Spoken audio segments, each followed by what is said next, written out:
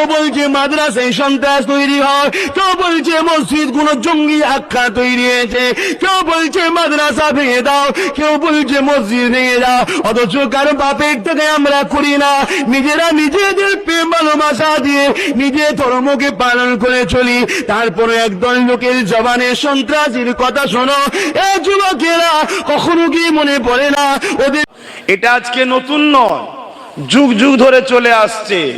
তবে আখরি জামানা তো, এখন একটু সংখ্যাটা বাড়ছে খারাপের। এটা যুগ যুগ ধরে ছিল, সময়ের সাথে সাথে সব আলোচনা করছি। ধৈর্য আছে তো নাকি? সময়ের সাথে সাথে আলোচনা একটার পর একটা আসবে।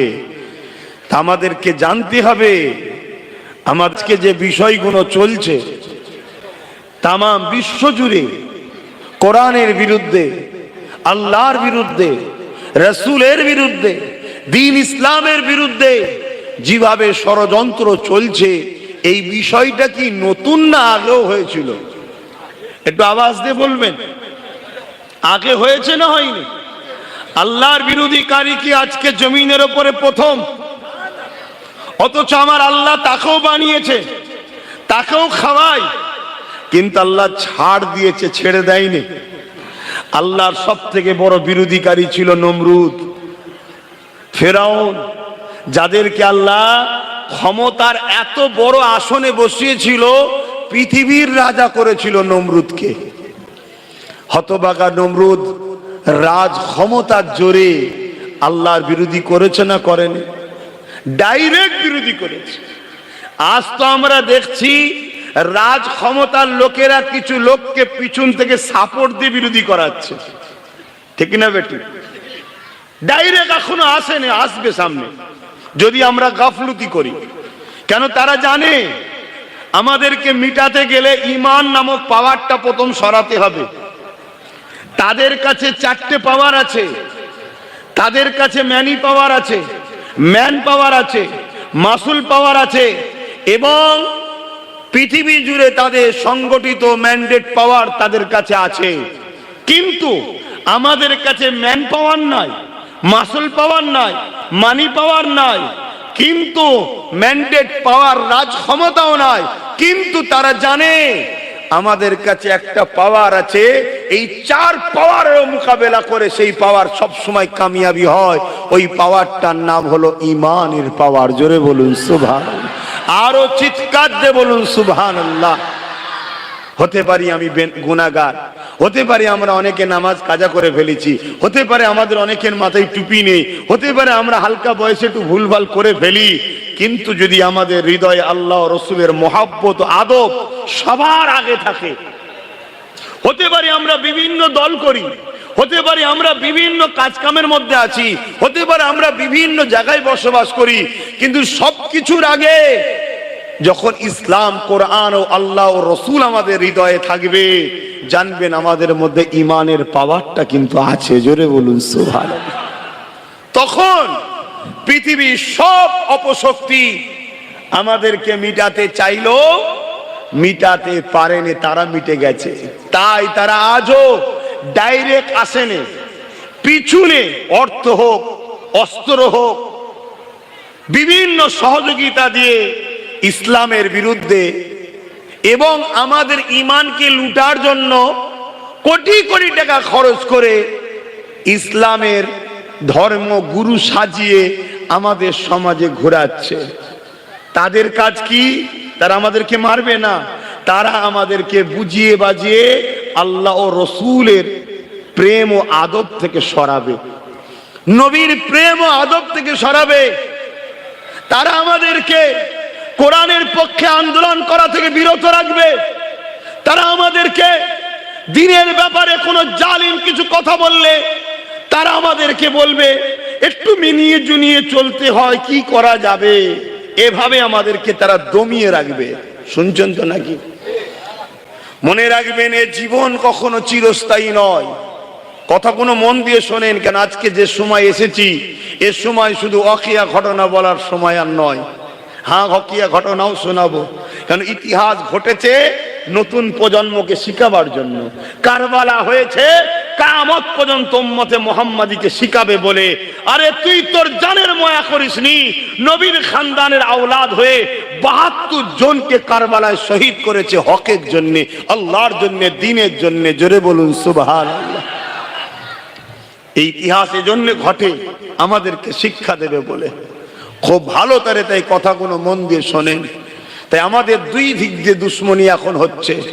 একদল লোক পিছনে শাসকের হাত আছে, তারা সেই শাসকের শক্তি নিয়ে আমাদের বিরুদ্ধে লেগেছে। তার ছোট্ট একটা নমুনা আপনাদের দেবো, বুঝবেন। ছোট্ট একটা নমুনা। কোন মুসলমান দাড়িওয়ালা টুপিওয়ালাকে যদি ধরা হয়, ডাইরেক্ট বলা হবে এ জঙ্গি, এ আতঙ্কবাদী। 10 বছর পর প্রমাণ হচ্ছে না, তো ভুল ছিল।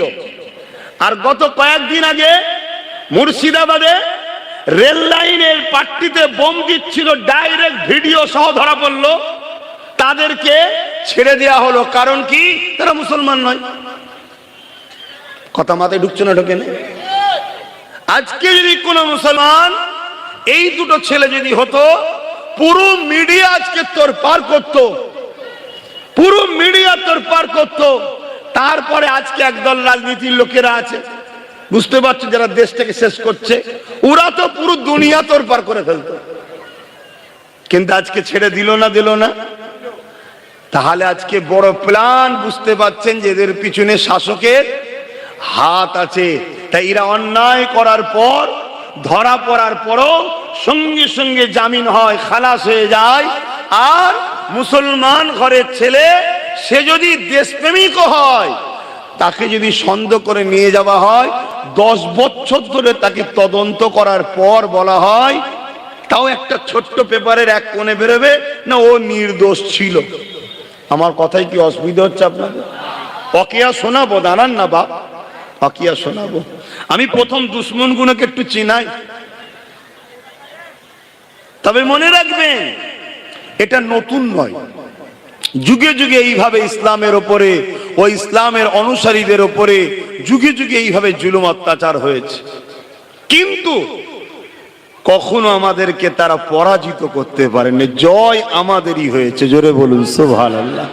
কিন্তু আজ তারা রিসার্চ করে দেখছে এই জয়ের পিছনে কারণ কি। ক্ষমতা আমাদের হাতে, মানি পাওয়ার আমাদের হাতে, ম্যান পাওয়ার আমাদের হাতে, প্রশাসনের পাওয়ার আমাদের হাতে, ম্যান্ডেট পাওয়ার আমাদের হাতে। এরপরও এরা যেতে কি করে? তারা রিসার্চ করে দেখেছে এদের হৃদয়ে সবুজ গম্বুজলার মহব্বত ও আদব, যেটাকে আল্লাহ বলছে ঈমান। এই ঈমানের পাওয়ারে এরা দুর্বল হওয়ার পরও এদেরকে আল্লাহ জিতায়। জোরে বলুন সুবহানাল্লাহ, আরো জোরে বলুন সুবহানাল্লাহ। তাই আজকে বড় ছলে কৌশলে আমাদেরকে একদল আলেম উলামা বক্তা মলি সাহেবদের দ্বারা ঈমানকে লুটা ষড়যন্ত্র চলছে। কিভাবে লুটছে? দুই ভাবে লুটছে, দুই ভাবে। এক হলো নবীর মহব্বত ও আদব আমাদের হৃদয় থেকে বার করছে। এটা বেরিয়ে গেলে ঈমান থাকবে? আর বলুন, একটু আওয়াজ দেন। থাকবে না। আমার ভাই গুলো সব অনেকে দাঁড়িয়ে রাখেন, মাথায় টুপি নেই, কিন্তু কেউ কাফের বেঈমান বলতে পারবে? কথা বলেন। কিন্তু তাহাজ্জুদ পড়ে, 5 ওয়াক্ত নামাজ পড়ে, কিন্তু নবী পাক সাল্লাল্লাহু আলাইহি সাল্লামের মহব্বত ও আদব দিলে নাই। তার মধ্যে ঈমান আছে? ঈমান নাই। এ গুনাহগার, বেঈমান নয়। আর সে দেখতে নামাজি লাগছে, দেখতে মুফতি লাগছে, দেখতে বক্তা লাগছে, দেখতে স্কলার লাগছে, দেখতে তাফসীর পড়ায়, বুখারী পড়ায়, বড় পণ্ডিত, কিন্তু নবী না থাকার জন্য ইসলাম ওকে কাফের ঘোষণা দিয়েছে, চির জাহান্নামী। আর আমার যুবক আজ গুনাহ করছে, কাল হতে পারে ও নামাজি হবে, রোজাদার হবে, দাড়িওয়ালা হবে, তওবাকারী হবে, হাজী হবে, কলেমা পড়তে পড়তে আল্লাহর জান্নাত যাবে, কেন নবী ওর দিলে আছে। জোরে বলুন সুবহানাল্লাহ। এরপরেও কোনো কারণে যদি এরা ভুল করে চলেও যায়, আল্লাহ চাইলে ময়দানে মাহশরে মাফ করতে পারে না? পারে না? ওয়াদা করেছে না করে না? তাহলে আমি বলতে পারি না যে তোকে মাফ করবে না, কেন? তুমি আমার বান্দা নয়, আল্লাহর বান্দা। কিন্তু যদি আল্লাহ মাফ নাও করে, জাহান্নামে যাবে, শাস্তি খাটবে, অন্যায় করেছে। ঈমান থাকার দরুন একদিন না একদিন জান্নাতে যাবে, কিন্তু ওই দিকে যার দিলে নবী নেই। তাহলে এই একটা কায়দায় আমাদেরকে শেষ করা হচ্ছে বেঈমান, আর একটা কায়দায় বেঈমান করা হচ্ছে। কি কায়দায়?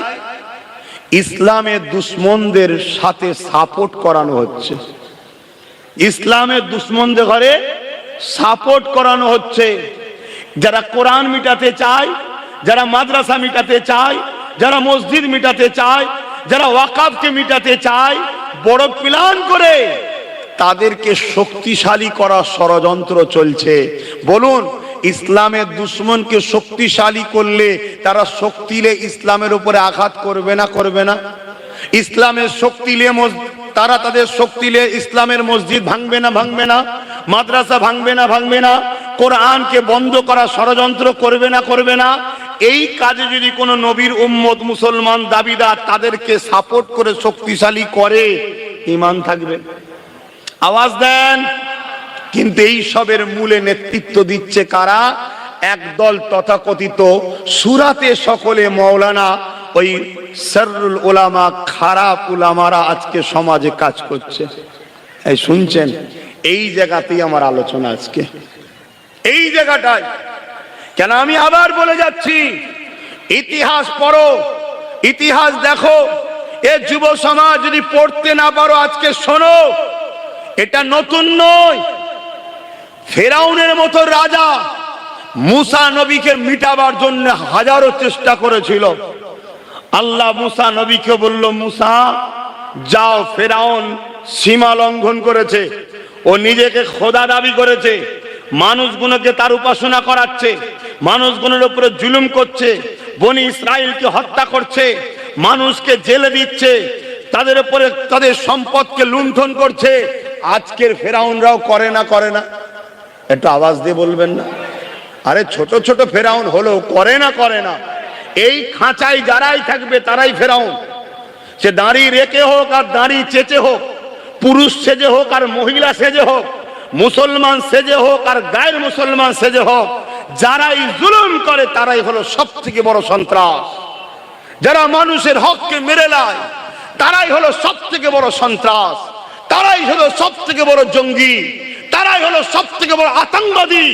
আল্লাহর কোরআন বলছে আপনারা মানবেন না মানবেন না? জোরে বলুন, মানবেন না মানবেন না?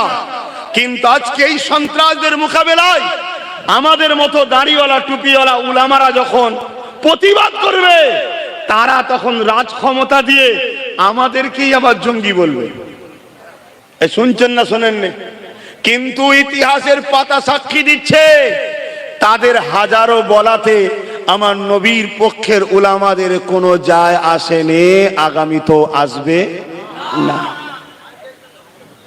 কিন্তু আমাদের বলাতে ওদের বারবার কিন্তু পতন হয়েছে, আমাদের বলাতে ওদের বারবার ক্ষতি হয়েছে। তাই তখন ওরা ওই পাওয়ারের জোরে দমন করার চেষ্টা করে। কি করে? কোরআনকে বন্ধ করো, কোরআনের মাহফিল বন্ধ করো, আলোচনা বন্ধ করো, ইসলামের কথা বন্ধ করো। এভাবে তারা হাজারো চেষ্টা যুগে যুগে করেছে না করেনি? আল্লাহ পাক হযরতে মুসা আলাইহিস সালাম কে জানালেন, ও হযরতে মুসা যান, ফিরাউনের কাছে চলে যান, যে তাকে নাই সত্যের কথা শোনান, সে যে অন্যায় করছে, জুলুম করছে, সীমা লঙ্ঘন করে দিয়েছে, সে নিজেকে খোদা দাবি করেছে, সে মানুষের উপরে জুলুম অত্যাচার করছে, সে এমন করে বনি ইসরাইলদেরকে মারতে লেগেছে, সে মুসলমানদের উপরে স্টিম রোলার চালাতে লেগেছে, সে মানুষগুলোকে কতল করতে লেগেছে, সে মানুষের পেটিগুলোর উপরে জুলুম করতে লেগেছে, সে মানুষের হককে মেরে নিতে লেগেছে। এ হযরতে মুসা, আমি আল্লাহ আপনাকে পাঠালাম, আপনি যান ওই ফিরাউনের কাছে গিয়ে নাই বাণীকে আপনি শোনান। বিশাল বড় রাজার কাছে আল্লাহ পাঠাচ্ছে। মুসা নবী দেখছে আমার কাছে তো কিছুই নেই, আমি আর আমি ভাই, আমার ভাই হযরতে হারুন আলাইহিস সালাম, বাকি তো কিছুই নেই। না ম্যান পাওয়ার আছে, না মানি পাওয়ার আছে, না মাসুল পাওয়ার আছে, না লাঠিয়াল বাহিনী আছে, না ফোর্স বন্দুক বোম গুলি আছে, না ম্যান্ডেট পাওয়ার আছে, কেউ তো নয়। খুব ভালো করে শুনবেন, মুসা নবী আল্লাহর কাছে বলছেন, আল্লাহ আপনি যেতে বলেছেন আমি যাব, তবে আমার সিনাকে আপনি নূর দ্বারা নূরান্বিত করে দেন, বক্ষকে পরিষ্কার আলোকিত করে দেন। জোরে বলুন সুবহানাল্লাহ। তার মানে কি বুঝলেন? ওর কাছে সব পাওয়ার থাকতে পারে, ওই পাওয়ারের মোকাবেলায় আমি মুসা একা হতে পারি, কিন্তু আমার যে পাওয়ারটা দরকার আল্লাহ ওই পাওয়ারটা আমার সিনার মধ্যে দিয়ে দেন। জোরে বলুন সুবহানাল্লাহ। তাহলে সব থেকে বড় পাওয়ার কোথায় থাকে? জোরে বলুন, সিনায়। জীবজন্তুদের পাওয়ার হলো শরীরে, মানুষের পাওয়ার হলো ব্রেনে, তাই তো নাকি? কথা বলছো না তো? জীবজন্তুদের বুদ্ধি পাওয়ার কোথায়? হাতির পিঠে মানুষ চাপে না, মানুষের পিঠে হাতি চাপে কেন? হাতির শরীরে শক্তি, মাথায় নেই, আর মানুষের মাথায় বুদ্ধি, তাই হাতির পিঠে চেপে বেড়ায়। কিন্তু মনে রাখবেন, মোমেনের পাওয়ার কোথায়? মোমেনের পাওয়ার হলো সিনাতে। জোরে বলুন সুবহানাল্লাহ। যাদের সিনায় মোহাম্মদ রসুল সবার আগে আছে, সব কিছুর উপরে আছে, সব দিক দিয়ে আছে, তাদের পাওয়ারের কাছে পৃথিবীর কোনো পাওয়ার পারেনি, আগামীতেও পারবে না। জোরে বলুন সুবহানাল্লাহ। তাই আমি যুব সমাজকে মেসেজ দেবো, সিনার মধ্যে নবীকে রাখো। কার সাথে ব্যবসা করছো, লেনদেন করছো, কার সাথে দল করছো, করগে যাও। ওটা নিয়ে আমি বলতে আজকে এসিনি, কেন আমি ধর্মসভায় এসছি, নবীর পক্ষে কথা বলতে এসছি। কিন্তু মনে রাখবে, তোমার দল, তোমার দাদা, তোমার দিদি, তোমার লিডার, তোমার পীর, তোমার পীরজাদা, তোমার মুফতি, তোমার মাওলানা যখন তোমার নবীর দ্বীনের ক্ষতি করতে যাবে, নবীকে খাটু করতে যাবে, তখন তাকে কিন্তু ডিভোর্স, তালাক দিতে হবে। কেন? সবার আগে হলো তোমার নবী। জোরে বলুন সুবহানাল্লাহ। কি গো আমার যুবকরা এতে একমত তো নাকি? হাত তুলে বলে একমত তো নাকি? মারহাবা, নারে তাকবীর। যদি হয় তাহলে তোমরা দুনিয়াতেও কামিয়াবি হবে, আখিরাতেও জান্নাতি হবে। জোরে বলুন সুবহানাল্লাহ। পৃথিবীর সুপার পাওয়ার আমেরিকা, পৃথিবীর সুপার পাওয়ার সামান্য আফগানিস্তানে, সামান্য একটা ছোট্ট দেশের মোকাবেলায় লেগেছিল, 19 বছর ধরে মার খেয়ে লাস্টে পালিয়ে গেছে। এদের কাছে কি আছে? কিছুই তো নেই। এই আফগানের কাছে কিছু আছে? কিছুই নেই। তারপরও কামিয়াবি হলো কিসের জোরে? এদের সিনাতে পাওয়ার ছিল। জোরে বলুন সুবহানাল্লাহ। আমি কি ওয়াজ করছি বুঝতে পারছেন তো? কেন আপনাদের চতুর্দিকেও আজকে জালিমরা ঘেউ ঘেউ করছে, ঘাবড়াবার কিছু নেই, শুধু সিনার শক্তিটা বাড়ান। আর সিনার শক্তি তার তত বেশি যার দিলে যত বেশি নবীর আদব ও প্রেম আছে। জোরে বলুন সুবহানাল্লাহ। নবীর প্রেমিকরা নবীর আলোচনার মাহফিলে বসে, সে যেখানেই থাকুক কাজ কাম ছেড়ে দেয়, আমার হুজুরের কথা হবে, চলো যাই। ঠিক না বেটে? নমুনা একটা। বাপেরা, নওজওয়ানেরা, হযরত মুসা আলাইহিস সালাম চলে গেলেন। কার বিরুদ্ধে যাচ্ছে? লেগেছে যার কিনা শুধু তৎকালীন সময় ৮০,০০০ ঘোড়া ছিল। যুদ্ধের ঘোড়া ফেরাউনের কত ছিল? ৮০,০০০। তাহলে কত পাওয়ারফুল বুঝছেন তো? তার কাছে যাচ্ছে মুসা নবী আর তার ভাই, দুজন, আর কেউ নেই। কি বলতে? তুমি ভুল করছো। আজকাল মৌলী সাহেবরা বলতে পারবে তুমি ভুল করছো? ইমাম বলতে পারবে? উনি চিন্তা করছে আমার মাইনের না বন্ধ হয়ে যায়। কথা কি ভুল বলা হলো নাকি? আমি কাউকে আঘাত দিচ্ছি না, এখনো সময় আছে, এখনো সময় আছে। সন্দেহ হয়ে গেছে নাকি?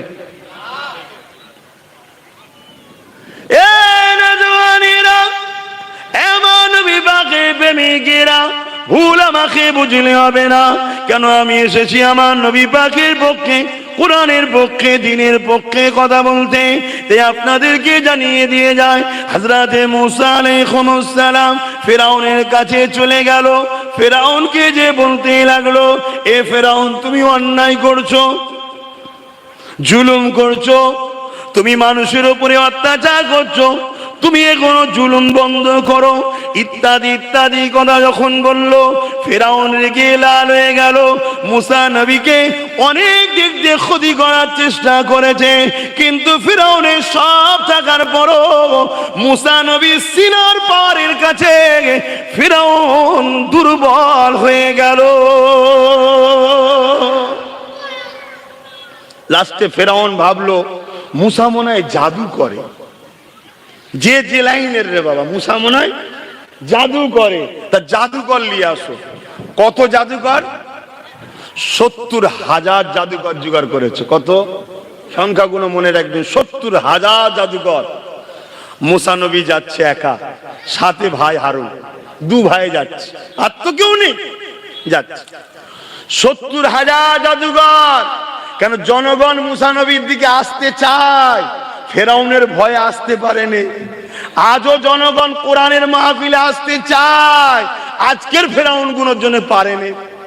এরকম লোক আছে না নাই? কিন্তু আজকেও হারুন ও হারুন ও মুসাও আছে না নাই? মানে তাদের সুন্নতে চলাই তো আমরা হাজারো ভয়কে অপেক্ষা করে আসি, ঠিক না বেটি? হ্যাঁ, আমরা মুসা নবী ও হারুন নবীর সাথে আছি, জোরে বলুন সুবহানাল্লাহ। কিন্তু দিল অনেকের কাঁধে, যেতে পারে না। আল্লাহর রাহে আগায় যাও, ভয় খেও না, আল্লাহকে ভয় রেখে তাকবীর জ্বালাও। আল্লাহর ভয় হৃদয়ে যার থাকে, দুনিয়া তাকে ভয় করে, জোরে বলুন সুবহানাল্লাহ। আর আল্লাহকে যারা ভয় করবে, ওয়ালিমান খাফা মাকাম রাব্বিহি জান্নাতান, আমার উলামা ভাইরা আছে, আল্লাহ তাদেরকে দুটো দুটো জান্নাত দেবে, জোরে বলুন সুবহানাল্লাহ।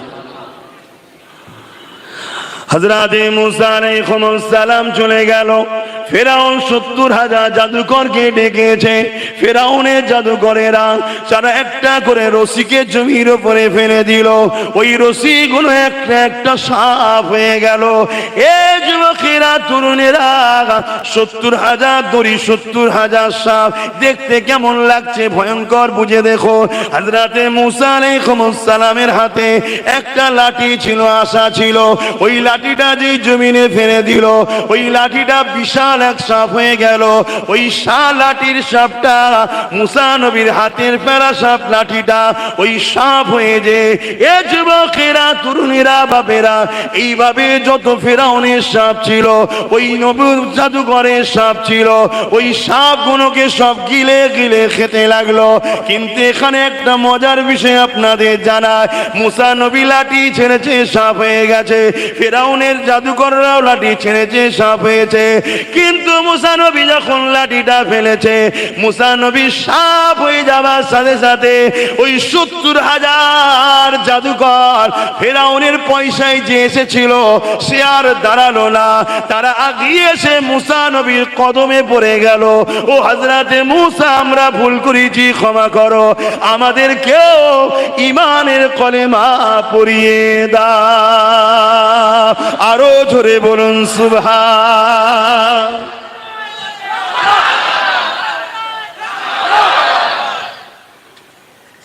কি ব্যাপার? জাদুকররা দড়ি ছেড়েছে, সাপ হয়েছে, মুসা নবী লাঠি ছেড়েছে, সাপ হয়েছে। ওরাও সাপ করেছে, হুজুরও সাপ করেছে, তা ওরা হুজুরের সাপ থেকে চলে এলো কেন? কখনো ভেবেছেন জাদু আর মোজেজার মধ্যে কি পার্থক্য? এটা মন দিয়ে শোনেন। যারা জাদু করে তারা জানে যে আমরা মানুষের শুধু ধোঁকা দিই, চোখের ওপরে মানুষকে ধোঁকা দিই। জাদুকররা জানে 70,000 দড়ি, 70,000 দড়ি আছে, একটাও কিন্তু হাকিকাতে সাপ হয়নি, লোক দেখছে সাপ। শুনছেন তো নাকি? ওটা হাকিকাতে কি আছে? দড়ি।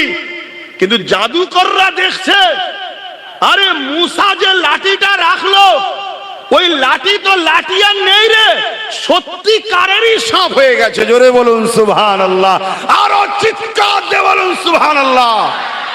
অতএব এই ক্ষমতাটা কার? আল্লাহর। জাদুকরের ক্ষমতা নাই, কেন? শয়তানের তাবেদারি তারা। তাই সাপ হয় না, দড়ি থাকে, কিন্তু লোক দেখছে সাপ। আর মুসা নবীরটা লাঠি ছিল, এখন আর লাঠি নেই, সত্যিকারের একটা সাপ হয়েছে, বিশাল বড়। জোরে বলুন সুবহানাল্লাহ। তাই জাদুকররা বলছে, আরে এ তো জাদুকর নয়, এ তো নবী। কারণ নবীদেরকে আল্লাহ মোজেজা দেয়, ওলিদেরকে কারামত দেয়। চলো, দেরি করুনি, এই ফেরাউনের পাল্লাই পড়লে জাহান্নামে যেতে হবে, চলো। তারা সব যে মুসা নবীর কাছে ঈমানের কলেমা পড়লো। জোরে বলুন সুবহানাল্লাহ, আরো জোরে বলুন সুবহানাল্লাহ। কিন্তু আমার বুঝাবার বিষয়, জালিম জুলুমের চেষ্টা করেছে না করেনি? কিন্তু মুসা নবী ইমানের শক্তিতে কামিয়াবি হচ্ছে না, হয়নি? বাপেরা, এটা শুধু নয়, যুগে যুগে নবী আলাইহিস সালামদের উপরে দুই শক্তি সব থেকে বেশি অত্যাচার করেছে। এক শক্তি হলো অন্যায়কারী শাসক, জালিম শাসক, তারা নবীদের উপরে সব থেকে বেশি জুলুম করেছে। দ্বিতীয় নম্বর হলো ধর্মের দোকান খুলে যারা ভণ্ডামি করে, তারা নবীদের উপরে সব থেকে বড় জুলুম করেছে। এ যুবকেরা, এই জুলুম থেকে আমার নবী পাক বাদ যায়নি। আমার নবী পাকের উপর অনেক জুলুম হয়েছে। আমার নবী পাকের উপরে জুলুম করেছিল ফেরাউন, আমার নবীর উপরে জুলুম করেছিল আবু জেহেল, উতবা, সাইবা, বুলহা, চারিদিক দিয়ে আমার নবীকে জুলুম করতে চেয়েছিল। এ যুবকেরা এমনও জুলুম করতে চেয়েছে, আমার নবী পাককে মারার জন্য কুয়া খুঁড়েছে, ওই কুয়াতে আবু জেহেল পড়ে গেছে। পরে আমার নবী তাকে উঠিয়েছে। আমার নবী পাককে মারার জন্য নানান দিক দিয়ে তারা ষড়যন্ত্র করেছে। এমনকি এক তারিখে বিশাল বড় পৃথিবীর জাদুকরকে ডেকে নিয়ে এসেছে। তাহলে জাদুকরদের সাহারা সর্বসময় জালিমরা লাইনা লাইনা, কথা বলছেন না তো? আজকেও যারা জালিম দেখবেন তারাও জাদুকরদের সাহারা নেয়। শুনছেন? এই রিসেন্ট একটা টিভিতে ডিবেট দেখছিলাম, সেখানে একজন পৃথিবীর একটা বড় জাদুকর মহিলা, তাকে জিজ্ঞেস করছে তোমার জাদুর আসর কিভাবে করো। সে লোককে বুঝাচ্ছে যে আমি জাদুর আসর এইভাবে করি। তবে মুসলিমদের উপরে জাদু যতবারই করতে যায় আসর কিন্তু হয় না, ফিরে চলে আসে। শোনো যুবক, পৃথিবীর সব জাদু তোমার পায়ের নিচে পড়ে যাবে যদি তোমার সিনাতে নবীর প্রেম ও আদব আর জবানে যদি আয়াতুল কুরসি জারি থাকে। জোরে বলুন সুবহানাল্লাহ। প্রত্যেকটা মা বোন বাপ ভাইকে বলবো, আয়াতুল কুরসি মুখস্থ করো, যখনই ঘর থেকে বেরোবে গায়ে ফুঁদে বেরোবে। কথা বুঝেছো? আমার আল্লাহ ফারিস্তাদের তোমাকে পাহারা দেবে। জোরে বলুন সুবহানাল্লাহ। চাও না যুবকরা আয়াতুল কুরসি পড়বে, পরে ফু দেবে, তবে ইমান রেখে। ইমানদার ছাড়া আয়াতুল কুরসি হাজারবার পড়লেও কিছু হবে না। আর ইমান কি? নবীর প্রেম ও আদব, এটা মনে রাখবে। আল্লাহ নবীর উপরে নানান দিক দিয়ে জুলুম শুরু হয়ে গেল। এমন সময় আবু জেহেল একটা জাদুকরকে ডেকে নিয়ে এলো, যার বাড়ি হলো ইয়ামিনে, যার নাম হলো হাবিব ইয়ামানি। আমার আম্মা জানেরা, মন দিয়ে শুনবেন, সব জায়গায় তো আপনারা যেতে পারেন না, তবুও যুবকরা ছুটে ছুটে যায় হাজারো অশ্বনে। তাই গ্রামে গ্রামে করার জন্য সবাই চিন্তা করে। আমিও বলি সময় কম হওয়ার পরও গ্রামে গ্রামে একটু যেতে হবে। কেন? আমার মা বোনগুলোরও জানা দরকার, তারা দুনিয়ায় আমার মা হয়েছে, জান্নাতে কেন একসাথে যাব না? দুনিয়ায় তারা আমাদের বোন হয়েছে, জান্নাতে কেন একসাথে যাব না? শুধু দুনিয়ায় আমাদের সম্পর্ক নয়, আল্লাহর জান্নাতে আমরা একসাথে যাব। বলুন ইনশাআল্লাহ। এ যুবকেরা, তরুণেরা, বাপেরা, ওই হাবিবি আমানিকে নিয়ে আসলো। হাবিবি আমানি আমার নবী পাককে পরীক্ষা করতে গেল। কেন? আবু জেহেল বলেছে মুহাম্মদ একজন জাদুকর, নাউজুবিল্লাহ। কিন্তু হাবিবি আমানি জানে জাদু জমিনে হয়, আসমানে হয় না। তাই হাবিবি আমানি আমার নবী পাকের কাছে এসে বলেছিল, হে মুহাম্মদ, তুমি নাকি নবী দাবি করেছো, কিন্তু আবু জেহেল তোমাকে জাদুকর বলছে। আল্লাহ নবী বলতে লাগলেন, লা ইলাহা ইল্লাল্লাহ আনা মুহাম্মাদুর রাসূলুল্লাহ। আল্লাহকে সেবা কই এলাকা নেই, আমি মুহাম্মদ আল্লাহর প্রেরিত রাসূল।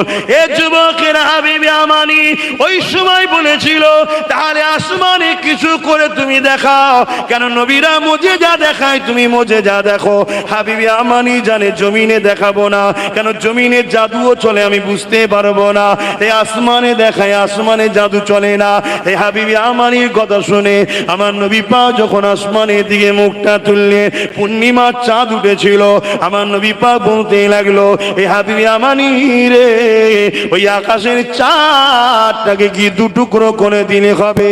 নবী পাকের কথা শুনে হাবিবে আমানির বল বন্ধ হয়ে গেছে, জবানের কথা বন্ধ হয়ে গেছে।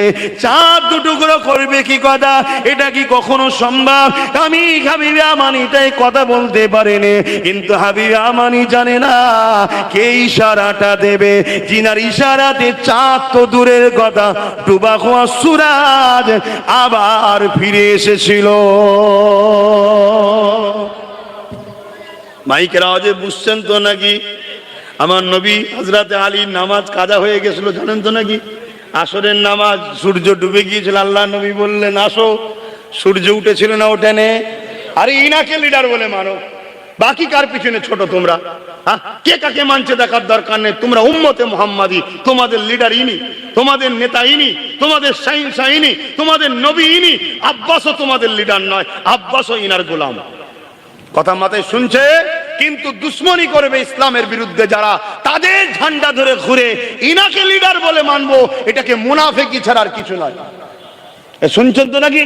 বক্তা সেজে, মৌলী সাহেব সেজে, পীর সেজে, পীরজাদা সেজে রাসূলুল্লাহর গোলাম দাবি করে, নবীর দ্বীনের প্রচারক দাবি করে, নবী নবী করে পেট চালাও যারা, তাদেরকে লক্ষ্য করে বলছি, ইসলামের দুশমনদের সঙ্গে কাঁধে কাঁধ মিলাবে, তাদেরকে জিতাবার জন্য সহযোগিতা করবে, আর তুমি নবীর উম্মত দাবি করবে। শুনে রাখো, তুমি ইন্টারন্যাশনাল আব্দুল্লাহ ইবনে উবাইয়ের মতো মুনাফিক ছাড়া আর কিচ্ছু নয়। কারো যদি আমার কথার আপত্তি হয় হতে পারে, কিন্তু আমি আল্লাহ ও রাসূলকে খুশি করার জন্য কথা বললাম। কে নেবে না নেবে আমার দেখারও দরকার নাই। মোমেন তো সে যে কথা বললে লাভ লুসকানটা দেখবে আমার নবীর লস নয় তো, অর্থাৎ নবীর দ্বীনের বিরুদ্ধে নয় তো, এটা প্রথম অঙ্ক করবে। আমার ক্ষতি হোক, আমার নবীর দ্বীনের ক্ষতি না হয়, এটা মোমেনের আলামত। মোমেনের আলামত এটা। ঈমান আলাদা জিনিস, আমল আলাদা জিনিস। ঈমানদার যখন নামাজ পড়ে তখন সে আমল করলো, বেঈমান নামাজ পড়লো, ওটা আমল বলা হয় না, ওটা মুনাফিকি করা হয়। এই শুনছো তো যুবকরা, আমার আব্বাজানরা শুনছেন তো? আমি আপনাদের সন্তানের মতো, দাদা হুজুরের তো নাকি, দাদা হুজুরের যদি হন, আমি দাদা হুজুরের ঘরের ছেলে, কিন্তু দাদা হুজুরের মুরিদ আপনাদের সন্তানের মতো। ভুল হলে ধরিয়ে দেবেন, কোনো অসুবিধে নেই, আপনাদের ছেলে আমি শিখে নেবো। কিন্তু কোন অংশে কোন জায়গাতে এ কথা মেনে নিতে পারবো না যে নবীর দুশমনের সঙ্গে কাঁধে কাঁধ মিলাতে হবে, এটাই পারবো না। তাতে পুরো পৃথিবী যদি একা ছাড়তে হয়, পুরো পৃথিবীকেও ছাড়তে আমি রাজি, আমার রসুলকে আমি ছাড়তে রাজি নয়। কেন? ইতিহাস পড়েছি আমি। আদম সফিউল্লাহ গন্ধম ফল খেয়েছিল, 300 বছর কেঁদেছে কম বেশি। কেন কাঁদছেন? আল্লাহকে রাজি করার জন্য। ইব্রাহিম খলিলুল্লাহ আগুনে পড়ছে, জিবরিল এসে ধরেছে, চরকিকে ধরে ফেলেছে। ইব্রাহিম বলুন সাহায্য কিছু করব, নিচে আগুন জ্বলছে জানেন তো? বলছে হ্যাঁ জানি। আগুনের কাজ কি? পুড়িয়ে দেওয়া। ইব্রাহিম তুমি পুড়ে ছারখার হয়ে যাবে, সাহায্য করব? ইব্রাহিম আব্বা, আমাদের আব্বা জান ইব্রাহিম নবী বলেছিলেন, আরে আল্লাহর খুশির জন্য ইব্রাহিম পুরে ছারখার হতে রাজি আছে, তবে আল্লাহ ছাড়া কারো সাহায্য চাই না। জোরে বলুন সুবহানাল্লাহ, আরো চিৎকার দিয়ে বলুন সুবহানাল্লাহ। অতএব পুরো পৃথিবী যদি আমার বিরুদ্ধে হয়ে যায় কোনো অসুবিধা নেই। আজ বড় দুঃখ লাগছে, আমার নবীর দ্বীনকে যারাদের ঘরে মুসলমান ফলো করবে তারা সামান্য পয়সায় বিক্রি হয়ে যাচ্ছে, হক কথা বলছে না। আজকে কিভাবে ইসলামের উপর আঘাত দেওয়া হচ্ছে, হক কথা বলছে না, জবান বন্ধ করে রেখেছে। না জানি যদি আমার মাইনে বন্ধ হয়ে যায়, আমার টাকা বন্ধ হয়ে যায়, আমার যদি জেল হয়ে যায়, আমার যদি ফাঁসি হয়ে যায়। আরে তোর যদি আল্লাহ রসুলের জন্য কথা বলাতে ফাঁসি হয়, তুই নিজেকে সব থেকে ধন্য মৃত্যু মনে কর। কেন? তোর শহীদের মরণ হবে, বেহিসাব আল্লাহর জান্নাতে যাবি। জোরে বলুন সুবহানাল্লাহ। এ কপালে সবার হয় না, শহীদের মরণ সবার কপালে হয় নাকি? না না। সাহাবা হুজুররা লড়াইয়ের ময়দানে যখনই বেরোতেন আল্লাহর কাছে দূরে কান নামাজ পড়ে দোয়া করতেন, আল্লাহ আমি যেন শহীদ হই, আল্লাহ আমি যেন শহীদ হই। কপালে সবার হয়েছে? এ তো নসিবের ব্যাপার। আর এমনি গা বেঁচিয়ে বেঁচিয়ে চললেও কি বেঁচে থাকা যাবে? যুবক, বেঁচে থাকা যাবে? তাহলে নবীর গোলাম হয়ে মরো।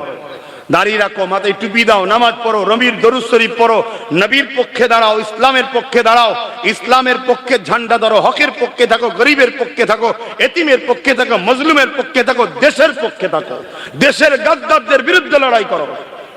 কথা মাথায় শুনছেন তো নাকি? এখানে দেশ কেন কথাটা চলে এলো? দেশকে ভালোবাসাও ইসলামের একটা অঙ্গ। জোরে বলুন সুবহানাল্লাহ। আমার নবী দেশকে ভালোবেসেছে, আমাদেরকেও ভালোবাসতে হবে আমার মাতৃভূমিকে। বাপেরা, নজওয়ান তরুণেরা, হাবিবে আমানি যখন আমার নবী পাককে বললে আসমানে কিছু দেখাও, আমার নবী পাক যখন বলল চারটা দুটুকরো করে দেবো নাকি, হাবিবে আমানি চুপ হয়ে গেলেন, জবানে আর কথা বেরোচ্ছে না, কেননা সে হতভম্ব হয়ে গেল। চাঁদ কি কখনো দুটুকরো করা যায়? এটা কি কোনো নবীরাও করতে পারবে নাকি? এই অভিজ্ঞতা তারা ছিল না যে জিনার সামনে তুমি কথা বলতেছো, ইনি নবীদের নবী, জিনার সামনে তুমি কথা বলতেছো, ইনার জন্যই কায়নাত তৈরি হয়েছে, জিনার সামনে তুমি কথা বলতেছো, ওই চাঁদটাও তৈরি হয়েছে ইনারই নূর মোবারক থেকে। এ যুবকেরা, তরুণেরা, বাপেরা, রে হাবিবে আমানি আর কথা বলতে পারলো না। আমার নবী পাক শাহাদাত উংলিটা ইশারা করে দিল। যখন ইশারাটা করে দিল, ওই চাঁদটা দুটুকরো হয়ে গেল। শুধু সামান্য দুটুকরো হয় না, পুরো ইমাতা থেকে উমাতা নিজেকে চিড়িয়ে দিয়ে এক ফালি পাহাড়ের ইমাতাতে আর এক ফালি উমাতাতে। এ যুবকেরা, শ্রেষ্ঠ নবীর উম্মাত দাবি করো, শ্রেষ্ঠ মানুষ মুসলমান দাবি করো, নিজেকে একবার বুকে হাত দিয়ে বলো তো দেখি, তোমার হাতে যদি একটা অস্ত্র দেওয়া হয় আর তোমাকে যদি বলা হয় নবী পাকের জন্য কলিজাটা বার করো, তুমি বার করতে পারবে না। যদি বলা হয় একটা উংলি কেটে দেখাও, তুমি আমি পারবো না। কিন্তু ধন্য জানায় আকাশের চাঁদ তোকে, তুই আমার নবীকে কত ভালোবাসলি, তুই নিজেকে পুরো নিজে দুটুকরো করে দিলি। কেননা এখানে আমার মুহাম্মদ রাসূলুল্লাহর ইজ্জতের ব্যাপার আছে। যত কষ্টই হোক না কেন, আমি চাঁদ নিজেকে হুজুরের জন্য কুরবান করে দিলাম। আরো জোরে বলুন সুবহান আল্লাহু আকবার।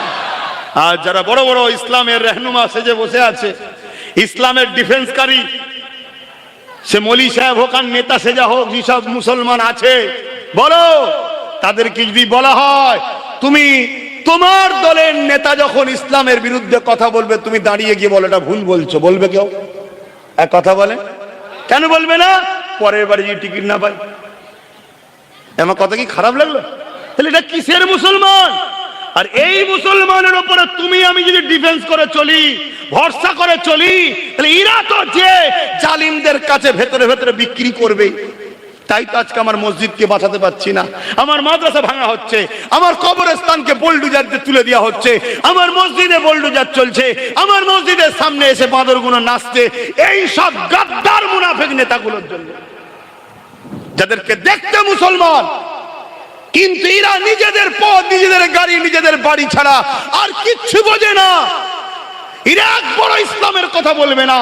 যদি এদেরকে বলা হয় বলো তোমার নেতা তোমার নেত্রী মাদ্রাসায় শিক্ষক বন্ধ করে দিয়ে ধ্বংস করছে, তুমি দাঁড়িয়ে গিয়ে বলো যেটা আপনি অন্যায় করছেন, আমার নবীর ঘরগুলোকে কেন ধ্বংস করছেন, আমরাও তো আপনাকে জিতিয়েছি, আমরাও তো আপনার সাথে আছি, তাহলে আমার নবীর ঘরকে কেন টার্গেট করা হবে, কেন আমার মাদ্রাসায় শিক্ষক দেওয়া হবে না? এই গাদ্দারদের মধ্যে একটাও হারামজাদা বেরোবে মনে হয়?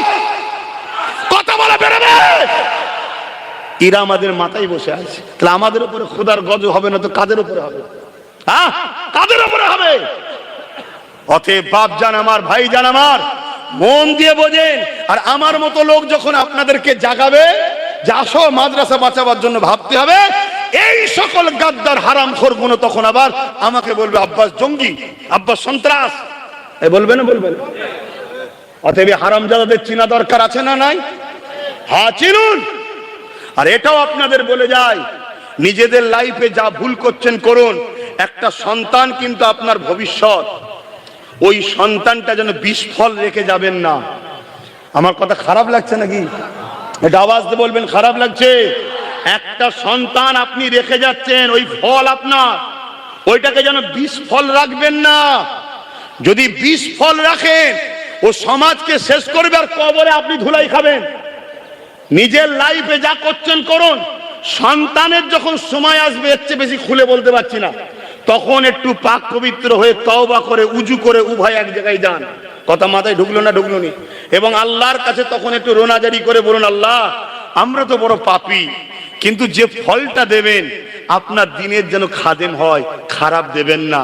একটু পাক পবিত্র হয়ে দুয়া দরুদ পড়ে এক জায়গায় যান এবং সংসার করার শখ করুন। করতে হবে সুন্নত, বিয়ে শাদী করা। রূপের পিছনে ছুটবেন না, গুণের পিছনে ছোটেন। রূপ বেশি দিন থাকে না, গুণ কিন্তু দুনিয়া ও আখিরাতে থাকে। আর রূপের পিছনে যদি ছোটেন তাহলে দেখা যাবে আপনার পরিবার নাচ করে, ড্যান্স করে, এদের পিছনে চলে যাবে। এরকম যদি পরিবার আপনার ঘরে চলে আসে, তার পেট থেকে ভালো সন্তানের আশা করা যাবে? তার পেটে যে সন্তান হবে তার দ্বারা ইসলাম বাঁচবে মনে হয়? যদি আপনি এমন পরিবার নিয়ে আসলেন, এমন যুবক ছেলে আছে এখন বিয়ে শাদী হয়, লটারি খেলে, লটারি, বিভিন্ন তর্ক তুর্কি করে, তর্কতে অনেক সময় হেরে গিয়ে অনেকে নিজের বিবিকে পর্যন্ত বাজেট লাগায়। এই শুনছেন কোথা সমাজ যাচ্ছে? আরে মুসলমানের ঘরের কথা বলছি। হ্যাঁ জানি এরা মুনাফেক, মুসলমান না, কিন্তু সমাজ তো জানে মুসলমান। সমাজ তো জানে বিবিকে লটারিতে, বিভিন্ন বেটেতে, খেলার লটারি হোক, বিভিন্ন জায়গায় লাগিয়ে দেয় যে আমি হেরে গেলে আমার বিবিতে দেবো। এরকমও অনেক জায়গাতে অনেকে হেরে গেছে, তার বিবি যে জিতেছে সে নিয়ে এসছে। এই বিবির পেটের যদি সন্তান হয়, সে সন্তান কখনো মানুষের কল্যাণ চাইবে, ধর্মের কল্যাণ চাইবে? সে মুসলিম ঘরে থেকে পুরো মুসলিম জাতিকে জবাই করার জন্য ইসলামের দুশ্মনদের সঙ্গে ভেতরে আতাত রাখবে না, রাখবেন? মুনাফেক চিনুন। যদি মুনাফেক না চিনতে পারেন, আগামী দিন মসজিদ বাঁচাতে পারবেন না। মুনাফেক যদি চিনতে না পারেন, আগামী দিন মাদ্রাসা বাঁচাতে পারবেন না।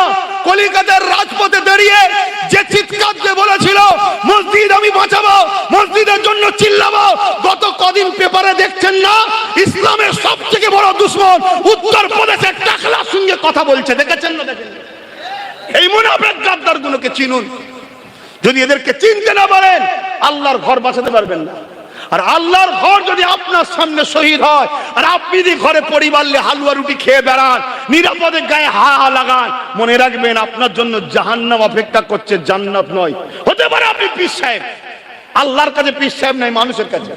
হতে পারেন আপনি পীরজাদা, আল্লাহর কাছে নয়, মানুষের কাছে। হতে পারেন আপনি বড় মুফতি মাওলানা, হতে পারেন আপনি বিরাট কিছু, কিন্তু আল্লাহর জাহান্নাম আপনার অপেক্ষায় রয়েছে। আমার কথায় কারো অসুবিধা হচ্ছে বাপ? আমি যে চিৎকার দিচ্ছি আমার গদি বাঁচাবার জন্য নাকি?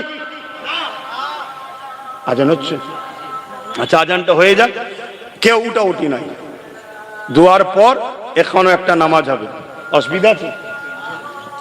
এখানে নামাজ হবে, উঠাউঠি। অনেক জায়গায় দেখছি দু চারজন উঠছে নামাজের জন্য, উঠছে, এখানেও নামাজ হবে।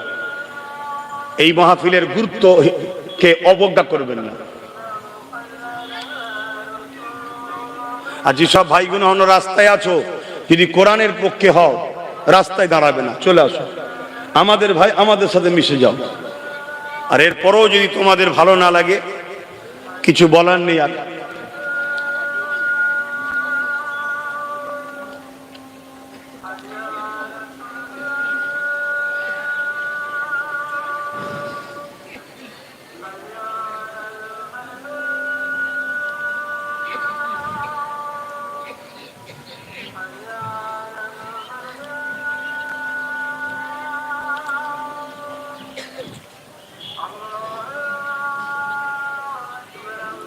আল্লাহ আল্লাহ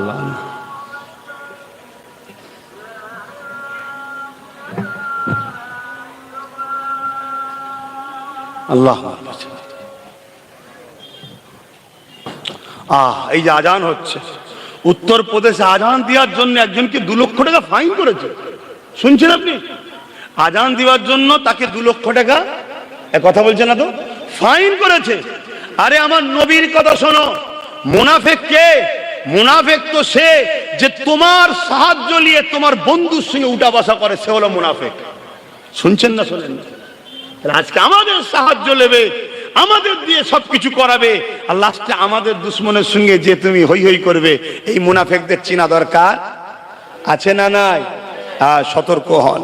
বাপেরা, নওজোয়ান তরুণেরা, এত চিৎকার চেঁচামেচি করার পিছনে একটাই কারণ, আমার নবী পাকের দ্বীনের উপরে আজকে হামলা করতে চাইছে।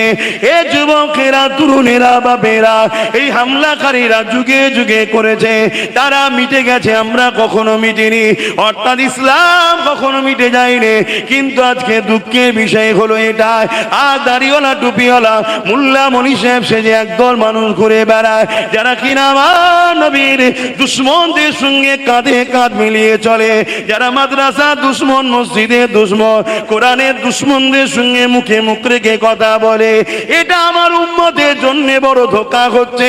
আমার উম্মতরা তাদেরকে চিনতে না পারার জন্য, তাদের কাতারে দলভুক্ত হয়ে যাওয়ার জন্য, তারা অর্থাৎ আমার ওই ষড়যন্ত্রের শিকার হয়ে আমার নবীর উম্মত কোন বেঈমান হতে লেগেছে।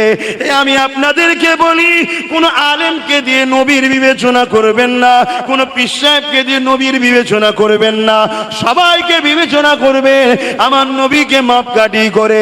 যেমন সোনা চিনতে গেলে কষ্টি বাদন লাগে, মুমিন না মুনাফিক চিনতে গেলে মুহাম্মদ রাসূলুল্লাহকে লাগবে। যাদের হৃদয়ে আমার নবী রয়েছে, যাদের অন্তরে আমার নবী রয়েছে, যাদের জবানে আমার নবী রয়েছে, যারা নবীর পক্ষে কথা বলে, দুনিয়াদারি করতে হবে, ব্যবসা করতে হবে, মুসলিম অমুসলিম ব্যবসা করবে, ইসলামে বাধা নাই, অমুসলিমের সঙ্গে লেনদেন করবেন, ইসলামে বাধা নাই, রাজনীতিও করতে হবে, অমুসলিমের সঙ্গেও করবেন, ইসলামে বাধা নাই। কিন্তু তোমায় যার সঙ্গে করছো ব্যবসা বা রাজনীতি, সে যদি কখনো তোমার নবীর উপরে আঘাত দিয়ে দেয়, তুমি যদি মুমিন হও, ইমানদার হও, তার সঙ্গে আর ব্যবসা রাজনীতি করতে পারবে না, তার সঙ্গে কোনো সম্পর্ক আর রাখতে পারবে না। এমনকি তুমি তোমার বাপকে ভালোবাসবে, মাকে ভালোবাসবে, এর নাম হলো ইসলাম, এটা ভালোবাসতে হবে। কিন্তু তোমার আব্বা, তোমার আম্মাও যদি কোনোদিন আমার নবীর বিরুদ্ধে, কোরআনের বিরুদ্ধে কথা বলে, আর তুমি যদি ইসলামের ইমানদার দাবি করো, ওই বাপ মার সঙ্গে আর কোনো সম্পর্ক রাখা যাবে না। শুনছেন তো নাকি? কেন? কোরআন, নবী, বাপ মার ওপরে। জোরে বলুন সুবহানাল্লাহ। আর যদি তোমার পাড়ার কোনো লোক তোমার বাপ মার বিরুদ্ধে খারাপ কথা বলে, ওই পাড়ার লোকের সঙ্গে সম্পর্ক রাখা হারাম, কারণ ওই পাড়ার লোকের থেকে তোমার বাপ মা আগে। আমি বুঝতে পারছি তো নাকি? অতএব মোমেন চিনবেন কি করে? এইভাবে চিনতে হবে যে কেউ আমার নবীর বিরুদ্ধে কথা বলবে, ইসলামের বিরুদ্ধে কথা বলবে, মাদ্রাসার বিরুদ্ধে কথা বলবে, আর তার সঙ্গে মুখে মুখ রেখে কথা বলবে, সহযোগিতা করবে, এটা কখনো মুমিনের আলামত হতে পারে না, এলো মুনাফিক। এই মুনাফিক উলামা, বক্তা, পীর সাহেব, পীরজাদা, হাজি, গাজী যেই হোক, এর থেকে যদি দূরে না সরো, তাহলে ধ্বংস অনিবার্য তোমাদেরকে হতে হবে। মসজিদ, মাদ্রাসা, ইসলাম ধ্বংস হবার নয়, হবেও না। কথা শুনছেন তো নাকি? ইসলামকে যারা ধ্বংস করতে গেছে, আমার আল্লাহ তাদের দ্বারা ইসলামকে আবার হিফাজত করিয়ে দিয়েছে। তরুণেরা, আবু জেহেল আমার নবী পাককে মারার জন্য সুপারি কিলার যেমন বলা হয়, আমার নবীকে মারার জন্য ওমর ফারুককে ঠিক করেছিল।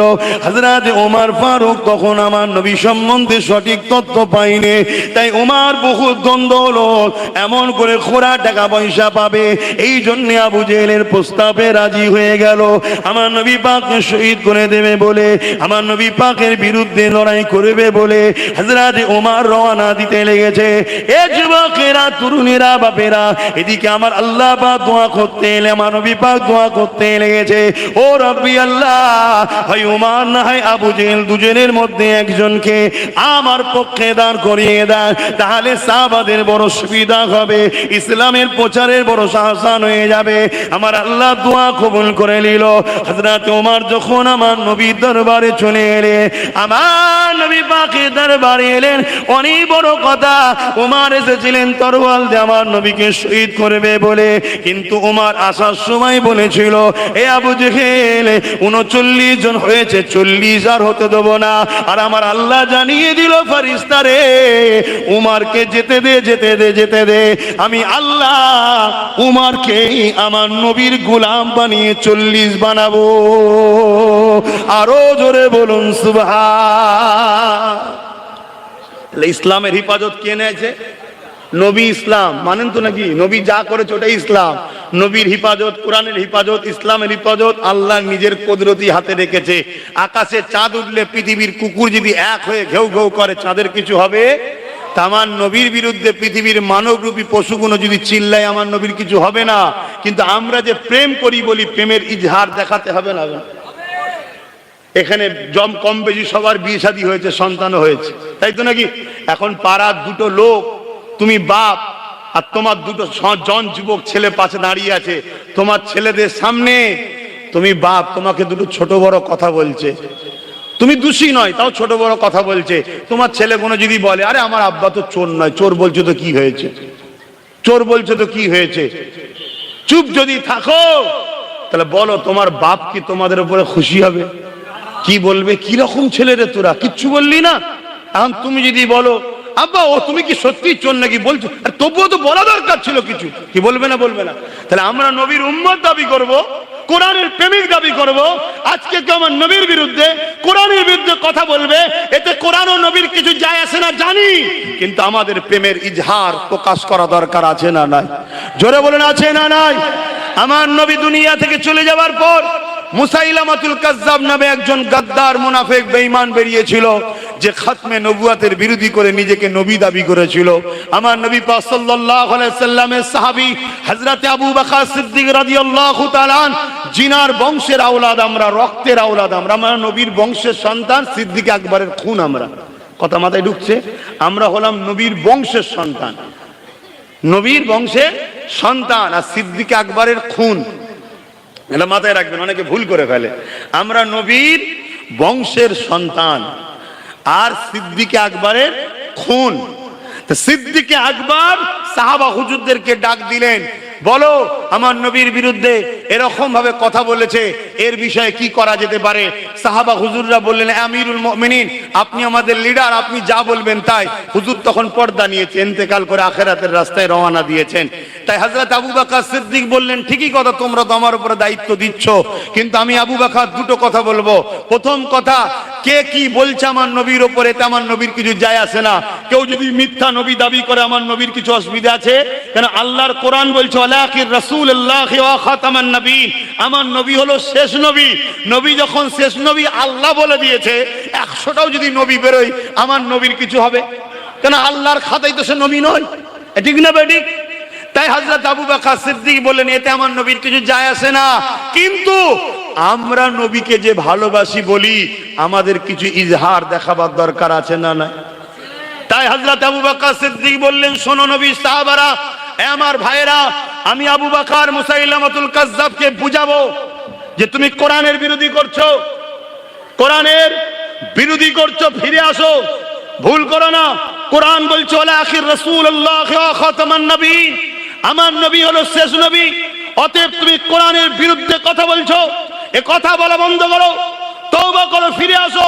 যদি মুসাইলামাতুল কাজ্জাব না ফিরে আসে, আমি আবু বকর সিদ্দিক তার বিরুদ্ধে যুদ্ধ করব। শুনছেন? আজকের দিনেও কেউ যদি কোরআনের বিরুদ্ধে কথা বলে, মসজিদ মাদ্রাসা ইসলামের বিরুদ্ধে কথা বলে, আমাদেরও দায়িত্ব হবে তাকে বুঝানো।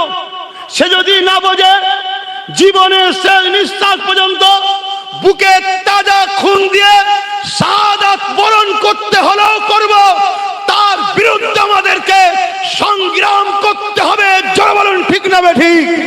জোরে বলুন ঠিক না বেঠিক? তবেই তো তুমি মুমিন, তবেই তো তুমি জান্নাতি। মুসলমান দাবি করলে শুধু জান্নাত পাওয়া যায়? হ্যাঁ, আব্দুল্লাহ ইবনে উবাই মুসলমান ছিল না? ছিল না? সে দাবি করেছিল না? করেনি? মুখে দাড়ি, মাথায় টুপি, পরনায় জুব্বা, হজ করেছিল নবীর সাথে, জিহাদ করেছিল নবীর সাথে, রোজা রাখতো, নবীকে ইক্তেদা করে নামাজ পড়তো, নবী মদিনায় হজ করতো, আব্দুল্লাহ ইবনে উবাই নবীর পাশে বসে হজ শুনতো। আল্লাহর কোরআন তাকে জাহান্নামে ঘোষণা দিয়েছে।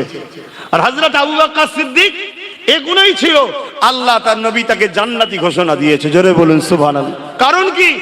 ওর দাড়ি আছে, আবু বকরেরও আছে, ওর দুজা আছে, আবু বকরেরও আছে, ও হজ করেছে নবীর সাথে, আবু বকরও করেছে, ওর মাথায় টুপি পাগড়ি জুব্বা আছে, এটা আবু বকর সিদ্দিকেরও আছে, কিন্তু ওর মধ্যে নবীর প্রেম ও আদব নেই। নাই, এই সব থাকার পরেও বেঈমান কাফের জাহান্নামী, আর আবু বকর সিদ্দিক থাকে কিন্তু রাসূলের প্রেম ঈমান আছে তাই জান্নাতি। জোরে বলুন সুবহানাল্লাহ। খুব ঠান্ডা মাথায় বুঝে নাও, খুব ঠান্ডা মাথায় বুঝে নাও, বয়সের দিকে তাকাও না, কথাগুলো শোনো। পাগড়ি জুব্বা দাড়ি টুপির দিকে লাগলে তার কথাগুলো শোনো। তার ভাষায় যদি মনে হয় তোমাকে রাসূলের সঙ্গে জুড়তে চাইছে, তাকে নিয়ে জিন্দাবাদ দাও। আর তার ভাষায় যদি মনে হয় রাসূলের থেকে সরাইয়ে কোন বেঈমান অত্যাচারী শাসকের দিকে নিয়ে যেতে চাইছে, তাকে তুমি তালাক দাও, তার থেকে ডিভোর্স করে সরে যাও। শুনছেন তো নাকি? এটা আকীদা করো। আর না হয় যুবক, আল্লাহর পক্ষে থাকলেও মৃত্যু হবে। সব থেকে বড় কথা যে খোদা দাবি করেছিল, ফেরাউনেরও মরণ হয়েছে না হয়নি? এই নমরুদ মরেছে না মরেনি? আমার দেশের অনেক প্রধানমন্ত্রী মরেছে না মরেনি? আমার রাজ্যের অনেক সিএম আগে ছিল, মরেছে না মরেনি? অতএব সব দাদার মরণ হবে, মরতে আব্বাস সিদ্দিকীকেও হবে। আব্বাস সিদ্দিকীর কপালে যদি আল্লাহ লিখে রাখে তুই জালিম শাসকের বিরুদ্ধে লড়াই করবি, আমার পক্ষে দাঁড়িয়ে কথা বলবি, মসজিদ মাদ্রাসা কোরআনের পক্ষে দাঁড়িয়ে কথা বলবি, এই কথা বলার জন্য তোকে জালিমরা বুলেটের গুলি দিয়ে মেরেছে, তাহলে ওই গুলিতেই আমি মরব, তবে আমি শাহাদাতের মরণ হবে। আর যদি আমার আল্লাহ লিখে রাখে তুই হক কথা হাজারো বলবি, জালিম তোকে মিটাতে চাইবে, কিন্তু আমি আল্লাহ আমার রহমতের চাদর দিয়ে তোকে ঘিরে রাখবো, কেউ কিচ্ছু করতে তাহলে আমার পারবে না, পারবে না, পারবে না। জোরে বলুন সুবহানাল্লাহ, আরো জোরে বলুন সুবহানাল্লাহ। ভাইরা আমার, খুব মন দিয়ে শোনেন। ভাঙড়ের জমিনে আমি জলসা খুব কমলি, প্রচুর দাওয়াত যাই, জলসা কমলি। কেন কমলি? এমনটা না হয় আমার ছোট ভাইটা মনে কষ্ট না পায়। কথা বলে শুনছেন তো নাকি? ও আমাকে বলে ঠিক আছে সব একটুখানি হালকা হালকা, বেশি তাড়াহুড়ো যে চিল্লাচিল্লি করবেন না, আস্তে সুস্থ বলবেন। আমি আস্তে সুস্থ বলতে পারিনি তো, কেন এই জানটা তো আল্লাহ দিয়েছে মোহাম্মদ রসুলের গোলামি করার জন্য। তা আমার নবীর বিরুদ্ধে, ইসলামের বিরুদ্ধে কথা হবে, আমি আস্তে সুস্থ থাকতে পারি? এবারে দেখা যাবে ও যদি এবার মনে কষ্ট পায়। এই জন্য আমি ভাঙড়ে জলসা, এই বাবু এ কি কথা বাবা, মোবাইল রেখে দাও আব্বা, এই ছেলে মোবাইল রেখে দাও, এইটুকু ছেলের হাতে ফোন কেন? আমি এত জলসা এসে বারণ করছি, তোমরা শুনছো না? কি গো আমার মায়েরা, বোনেরা, বাপেরা, ভাইয়েরা বাচ্চাদের হাতে ফোন দিচ্ছেন, আবার এত বারণ করছি, শুনছেন না? ফোন দেবেন না, ধ্বংস হয়ে যাবে। অনেক দাওয়াত যায়, 100-র উপরে জলসা ভাঙড় থেকে গেছে, 100-র উপরে। যদি লিতাম 100 বার আসা হতো, আমি নিই। এবার কিছু কিছু জায়গায় সংগঠন করে, ছেলেগুলো আছে, সবাই আল্লাহ করে সংগঠন করে, কিছু কিছু জায়গায় মানে একটু বলে না বেশি, মানে তুলনামূলক বেশি পাগল বলে, মহব্বতের পাগল, তারা একটু চাপাচুপি করে, তাই চলে আসতে হয়। অন্য জায়গার মানুষজন কষ্ট নেবেন না, আপনারাও মহব্বত করে। কিন্তু অনেকে মনে করে যিনি মনে হয় শুধু ভাঙরে যখন আছে তখনই জলসা করে, বাকি সময় বসে থাকে ঘরে। না, বাকি সময় আল্লাহ আমায় বসে রাখেন। আমার নবীর গোলামি আল্লাহ করায়। আমি যদি পুরো বছর বলি আল্লাহ তোমার হাবিবের গোলামি করব, আমার কাছে মানুষ এভাবে দাওয়াত করতে আসে পুরো বছরই নবীর গোলামি করব দিনের। কিন্তু আমার আল্লাহ তো বলেছে নবীরই সুন্নত, সংসার দেখতে হবে, সন্তান দেখতে হবে, পরিবার দেখতে হবে, ঠিক না? ঠিক গো। তাই আমি সব সময় করতে পারি না, কিন্তু বছরে 8 মাস জলসা করি। কত মাস? 8 মাস জলসা করি আমি। বাকি সময় বর্ষা পড়ে যায়, এজন্য একটু কমিয়ে দিই। কিন্তু সামনে যে 25-26 আসছে, অলরেডি 9 মাসের দাওয়াত এখন থেকে হয়ে গেছে। কথা বুঝছেন না, বোঝেন না? তাহলে এখনো বাকি আছে 3 মাস। এখন কি লোক দাওয়াত করতে বাকি আছে না? নাই আছে। কত লোক যাবে, আল্লাহ শুকর। এসব কার দয়ায় হচ্ছে? আল্লাহ। কিন্তু হুজুরের গোলামির ফল। আমার নবীকে ভালোবাসি, এজন্য আল্লাহ আমায় ভালোবাসে। এটা তো কোরআনে আল্লাহ বলেছে না, বলেনি? হ্যাঁ, আল্লাহ বলেছে কুল ইন কুনতুম তুহিব্বুনাল্লাহ। যারা বলে আল্লাহকে ভালোবাসি, হাবিব তাদেরকে বলেন তারা যেন আপনাকে ভালোবেসে মেনে নেয় আগে। যদি আপনাকে ভালোবেসে যারা মানবে, আমি আল্লাহ তাদেরকে ভালোবাসবো। জোরে বলুন সুবহানাল্লাহ। তাহলে আল্লাহ কত ভালোবাসে নবীকে, বুঝতে পারছেন? তাহলে সেই নবীর জন্য একটু কথা বলছি, আপনাদের অসুবিধা হচ্ছে, কিন্তু ওই আমি একটু জোরে বলে ফেলি। এই জোরে বলে ফেলার পর ঘেমেও যায়, যখন গাড়িতে গিয়ে বসি দেখি যন্ত্রণা করে গলা। আস্তে আস্তে বললেও লোক হয়, কিন্তু ভাই এটা আমার পক্ষ থেকে হয় না, এটা আমার হাত বাঁধা ভাই। এই জায়গায় খারাপ নেবেন না, এটা আল্লাহর পক্ষ থেকে এসে যায়। না হয় অনেক সময় নাবার পরে পাঁজরে যন্ত্রণা হয়, চিল্লাচিল্লি করে যন্ত্রণা হয়, এ আল্লাহর পক্ষ থেকে হয়ে যায়। আপনারা খারাপ নিচ্ছেন নাকি? কিন্তু বাপ, আমার আব্বার জন্য চিল্লাচ্ছি, আমার ছোট ভাই নওশাদের জন্য চিল্লাচ্ছি নাকি? না না না না, এখানে নওশাদও নয়, এখানে আমার নবী। আমার নবীর সামনে আমার বাপও নাই, মাও নাই, নওশাদও নাই। এটা ক্লিয়ার করে দিচ্ছি। হ্যাঁ, আমার বাপ আমার মা নবীর পক্ষে। আমার নবী বলেছে বাপ মাকে খেদমত করবি, তাহলে তুই আমার পক্ষে। তাই তাদেরকে খেদমত করি, ভালোবাসি। তাদের জুতোতে পা লাগলেও সালাম করি। তাদের জুতোয় যদি পা লেগে যায়, ওই জুতোটাতেও হাত দিয়ে আমি চুমু খাই। এতে কে কি ফতোয়া দেবেন আমার দেখার দরকার নেই, আমি করি। কেন? আমার জান্নাত হলো আমার মায়ের পায়ের তলায়, ওটা জান্নাতে লেগে থাকে এই জুতোটা, এজন্য এই জুতোটাকে আমি চুমু খাই। কথা কিছু মাথায় ঢুকছে না? ঢুকে নে। এবারে কে কি ফতোয়া দেবে, ও ফতোয়া আপনার কাছে রাখেন না ভাই। আল্লাহ শুকর, আমিও হাদিসের উপরে এমএ করেছি, দওরা হাদিস করেছি, আমিও একটু হলেও আল্লাহ দিয়েছে। অহংকার নয়, শুকরিয়া আদায় করে বলি আলহামদুলিল্লাহ। কিন্তু আমার নবীর আগে নয়, আমার কোরআনের আগে বাপ মা নয়, আমার কোরআনের আগে, আমার নবীর আগে, আমার আল্লাহর আগে বাপ মা নয়। দোয়া করি আল্লাহ আমার আব্বা আম্মাকে নবীর গোলাম করে ইমানের সঙ্গে যেন মরণ নসিব করে, বলুন আমিন। আপনারাও দোয়া করবেন বাপ মার জন্য, যে আল্লাহ আমার আব্বা আমার আম্মা, দোয়া করছি। অনেক বাপ আছে ছেলের ওপর জুলুম করে, কেন? ছেলে আমাকে ভালোবাসে তাই। শুনছেন না শোনেন? ওই ছেলেকে বলবো তুমি তোমার আব্বার জন্য দোয়া করো, আল্লাহ আমার আব্বাকে জালিমদের থেকে সরিয়ে নবী বংশের বাচ্চাদের সঙ্গে জুড়ে দেন। দোয়া করো, তোমার চোখের পানি একদিন আল্লাহ কবুল করবে, তোমার আব্বাকে আল্লাহ হিদায়েতের রাস্তা দেখাবে। জোরে বলুন সুবহানাল্লাহ। তো ভাইয়েরা আমার, আমি হাবিবি আজমি হুজুরের কি বল হাবিবি আমানি কথাটা বলতে চাইছিলাম, একটু বলে দিই নাকি গো? একটু শুনবেন না আপনারা? হ্যাঁ, আমার নবী ইশারা করেছে, দাঁত দুটুকরো হয়েছে, এক ফালি পাহাড়ের এদিকে, এক ফালি পাহাড়ের ওদিকে। আমার নবীর শ্রেষ্ঠ ভালোবাসার মানুষ আমরা তো নাকি? বলুন, এখন আমাদের হাতে যদি একটা করে চাকু দেওয়া হয়, দিয়ে যদি বলে নবীর জন্য তুমি একটা ছোট্ট আঙুলের এই একটা কড়ি কেটে দাও, পারবো আমরা? সত্যি কথা বলুন, পারবো? হ্যাঁ, ইমানদাররা পারবে, এটা 100%।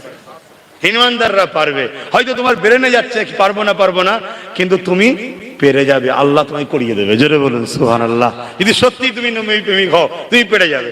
নাই তোমরাই তো রাস্তায় নামো নাকি মসজিদের জন্য? এই তোমরাই তো কি বলে বিজয়গঞ্জে গেছিলে না, দাঁড়িয়ে দাঁড়িয়ে বিরিয়ানি দিছিল নাকি আহলে সুন্নাতুল জামাতের ছেলেরা? এই দিছিল না? এই সংগঠন আবার টাকা নেয়, টাকা দে বাবা, টাকা দে, টাকা দে, নলেজ চুরি করতে হবে, এর ন্যায় এ দেয় না। কথা বুঝছেন না? বোঝেন না কেন? এ তো কোনো রাজনীতির ব্যাপার নয় যে দিয়ে খাইয়ে কমসে কম জিতেলি তারপরে সব লুটে নেবো। 500 টাকা দেবো, 5000 টাকা লুটে নেবো। আহলে সুন্নাতুল জামাতে ও ব্যাপার তো নাই। এ তো ধর্মের জন্য প্রচার করে সংগঠন, জানেন তো নাকি? তা আপনারাই গিয়েছিলেন তো নাকি? বলবেন তো গিয়েছিলেন তো?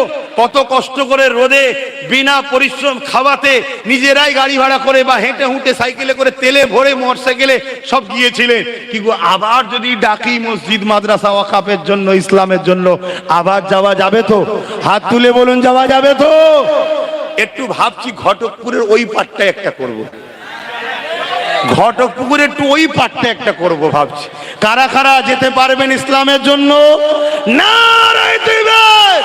আরে আওয়াজ জোরে নারায়ে তাকবীর! নারায়ে তাকবীর! লব্বাইক ইয়া রাসূলুল্লাহ, লব্বাইক ইয়া রাসূলুল্লাহ, লব্বাইক ইয়া হাবিবাল্লাহ, নারায়ে তাকবীর! তবে অন্য জায়গায় সব ডেট দিয়েছি, সেগুলো হয়ে যাক। বা তোমাদের এলাকায় একটা ভালো সমাজ সেবার কাজ করছে, আমাদেরই তো সব ভাইয়েরা করছে, জানো তো নাকি? 5ই জানুয়ারি তো ভালো একটা কাজ করছে, রক্তদান শিবির, ভালো জিনিস গরিব মানুষের জন্য হচ্ছে, এগুলো সব করে নাও। কিন্তু আমার সংগঠন আহলে সুন্নাত ওয়াল জামাত ওয়াকাফের জন্য, মসজিদ মাদ্রাসার জন্য, দ্বীন ইসলামের জন্য, মাদ্রাসা শিক্ষা বাঁচাবার জন্য একবার নয় 100 বার ডাকবো, সাথে পাবো। আল্লাহকে সাক্ষী রেখে বলছেন তো? কাজে চলে যাবেন না তো? পেটের জন্য ছুটবেন না তো? আপনার রেজেকের মালিক কে? রেজেকের মালিক কে? আল্লাহর উপরে ভরসা রাখো। তুমি আছড়েও তুমি খেতে পাবে না, যে তোমার ওটা পেটে যাবার না থাকে অন্যজন খেলে দেবে। আর তুমি চুপ করে বসে থাকলো, এই তোমার কপালে থাকে, ঠিক দেখবে তোমার পাতে এসে আর দেবে, তোমার অন্যের পাতের দিকে তাকাবার দরকার নাই। যাও সময়ের কথা দিকে খেয়াল করে হাবিবে আমানির কথাটা বলে দিয়ে যায়। কেন আমার আম্মা বোনগুলো শোনে না কি গো, শোনে তো আজ? তাদের একটু জানা দরকার তাদের নবী কে, কি সেই নবী ছেড়ে আমার মা বোনগুলো যেন অন্য কারো পিছনে না যায়, কি ঠিক না বেঠিক? আমার নবীর যদি পোক দিলে, যদি আমার মা বোনেদেরও দিলে নবী থাকে, প্রত্যেকটা মা বোন জান্নাতে যাবে। জোরে বলুন সুবহানাল্লাহ। আমি চ্যালেঞ্জের সাথে বলছি, এখানে অনেকে রেকর্ড করছে, এইসব করছিস তো ভাই, এই দেখো সালিয়ে বসে আছে, রেকর্ড হচ্ছে। পুরো পৃথিবীর মুফতি মাওলানাকে চ্যালেঞ্জ দিলাম, নামাজ পড়ে রোজা রেখে হজ করে দান খায়রাত করে জান্নাতে যাবে, কেউ সার্টিফিকেট দিতে পারবে না। কিন্তু এরপরে কোন নামাজ বাদ নাকি? এই নামাজ বাদ, রোজা বাদ, হজ বাদ না, ওটা করতে হবে। কেন? আমরা আল্লাহকে ভালোবাসি। কেমন আমরা বান্দা যে আল্লাহকে সেজদা করব না? ওটা করতেই হবে। কিন্তু জান্নাত যেতে গেলে কেউ বলতে পারবে না যে কোনো করেছি আমি জান্নাত চলে যাব। প্রত্যেকটা যুবককে বলি, যে দিলকে মুহাম্মদ রসুলকে রসুল জেনে জানের থেকে বেশি ভালোবেসে আদবের সাথে মেনে নেবে এবং নবী যা বলেছে সত্য, যা নিয়ে এসছে সত্য মেনে নেবে, সে পাপী হলো, আযাব খেটে হলো জান্নাতে একদিন না একদিন যাবে যাবে যাবে। জোরে বলুন সুবহানাল্লাহ, আরো জোরে বলুন সুবহানাল্লাহ। এত জোর দিয়ে বলছি কেন? বিশ্ব তোমার আমার হৃদয় থেকে নবীকে সরাতে চাইছে, উঠে পড়ে লেগেছে। মসজিদ গুলোতে আলোচনা হচ্ছে, সম্মান শ্রদ্ধার সাথে ইমামদের বলছি, কারো বিরোধী করছি না। 4টে জুম্মা হয়, 3 জুম্মা নবীর বিষয়ে আলোচনা মুসল্লিদেরকে শোনান, 3 জুম্মা নবীকে দিলে এদের ঢুকান। নবীকে আল্লাহ কত সম্মান দিয়েছে, রিফাত দিয়েছে, মাকাম দিয়েছে, মর্যাদা দিয়েছে, নবীর ইসলামের জায়গা কি, গুরুত্ব কি, এগুলো উম্মতকে আগে জানান। এতে ঈমান উম্মতের তাজা হয়, এতে শক্তি বাড়ে। ঈমান ছাড়া কখনো কামিয়াবি নাই। বাকি একটা জুম্মা নামাজের মসলা মাসাইল, রোজার মসলা মাসাইল শিখান, আবার পরের মাস আসবে 3 জুম্মা নবী শোনান, আবার একটা সপ্তাহ অন্য বিষয় শোনান, আবার পরের মাস আসবে 3 জুম্মা নবী শোনান। অর্থাৎ 52 জুম্মায় এক সপ্তাহ বছর হয়, কমসে কম 30টা জুম্মা এদেরকে নবী নবী নবী নবী শোনান। বাকি 22টা জুম্মায় নামাজ, রোজা, হজ, যাকাত, দাড়ি, টুপি, পাক নাপাক, পর্দা, পুশিদা সব শেখান। কথা কিছু মাথায় ঢুকলো? যারা এই রাস্তায় চলবে জানবেন তারা কোরআনের পক্ষে আছে। কেন? কোরআনে আল্লাহ যখনই ঈমানদারদেরকে লক্ষ্য করে আলোচনা করেছে, নবীর কথা শুনিয়েছে। জোরে বলুন সুবহানাল্লাহ। খুলুন না কোরআন, ছোট মতো বলে ফেলে দিচ্ছেন নাকি? না বাপ, এটা নসিবের ব্যাপার নবীর পক্ষে থাকা। আমি তো দেখছি ভালো ভালো ঘরের ছেলে কিছু টাকার জন্য বিগড়ে যাচ্ছে, ভালো ভালো ঘরের ছেলে যাদের বাপ দাদাদের অবদানে ইসলাম হয়তো বাংলার মানুষ কোটি কোটি মানুষ পেয়েছে, দুঃখের বিষয় সামান্য টাকাতে বিক্রি হয়ে যাচ্ছে। কিন্তু আল্লাহ শুকরিয়া, মালিক তোমার দয়াতে আমি এখনো বেঁচে আছি। এটা তোমার হাবিবের গোলামির ফসল। যদি নবীর গোলামি প্রথম থেকে যদি না করতাম, আমিও হয়তো একদিন বিক্রি হয়ে যেতাম। কিন্তু আমার নবী আমাকে হয়তো পছন্দ করেছে, তাই হাজারো সুযোগ, হাজারো অফার থাকার পরও যেখানেই উঠি ডায়ে বায়ে সামনে পিছনে দেখিনি, নবীর পক্ষে কথা বলি। এতে কার মুখ ভার হবে, কে উঠে চলে যাবে, কার বুকে ব্যথা হবে, কার কষ্ট হবে, কে মেম্বারে আছে, কে নিচেই আছে, কে কোন মাদ্রাসার মুতারিম, কে কোন মাদ্রাসার শিক্ষক করে, কে কার দালালি করে, ওসব কিছু আমার দেখার সময় থাকে না। মাইকটা পেয়ে গেলে হয় সঙ্গে সঙ্গে মোস্তফার গোলামি শুরু করি। কেন? আমার আল্লাহ মুখ খুললেই নবীর শানের কথা শুনিয়েছে। জোরে বলুন সুবহানাল্লাহ, আরো জোরে বলুন সুবহানাল্লাহ। তাই আমার আম্মা বোনগুলো তারাও শুনবে না। তাই হাবিবি আমানি আমার নবীকে বলছে, চাঁদ 2 টুকরো আমার নবী দেখিয়ে দিলেন, দুদিকে চলে গেল। আমার দেশের এক রাজা ছিল, কেরলের চিরামান, সে দেখছিল এখান থেকে, অনেক বড় কথা, ভারতবর্ষ থেকে আমার নবীর হাতে হাত দিয়ে ইমানের কলেমা পড়তে চলে গেল মক্কায়। জোরে বলুন সুবহানাল্লাহ।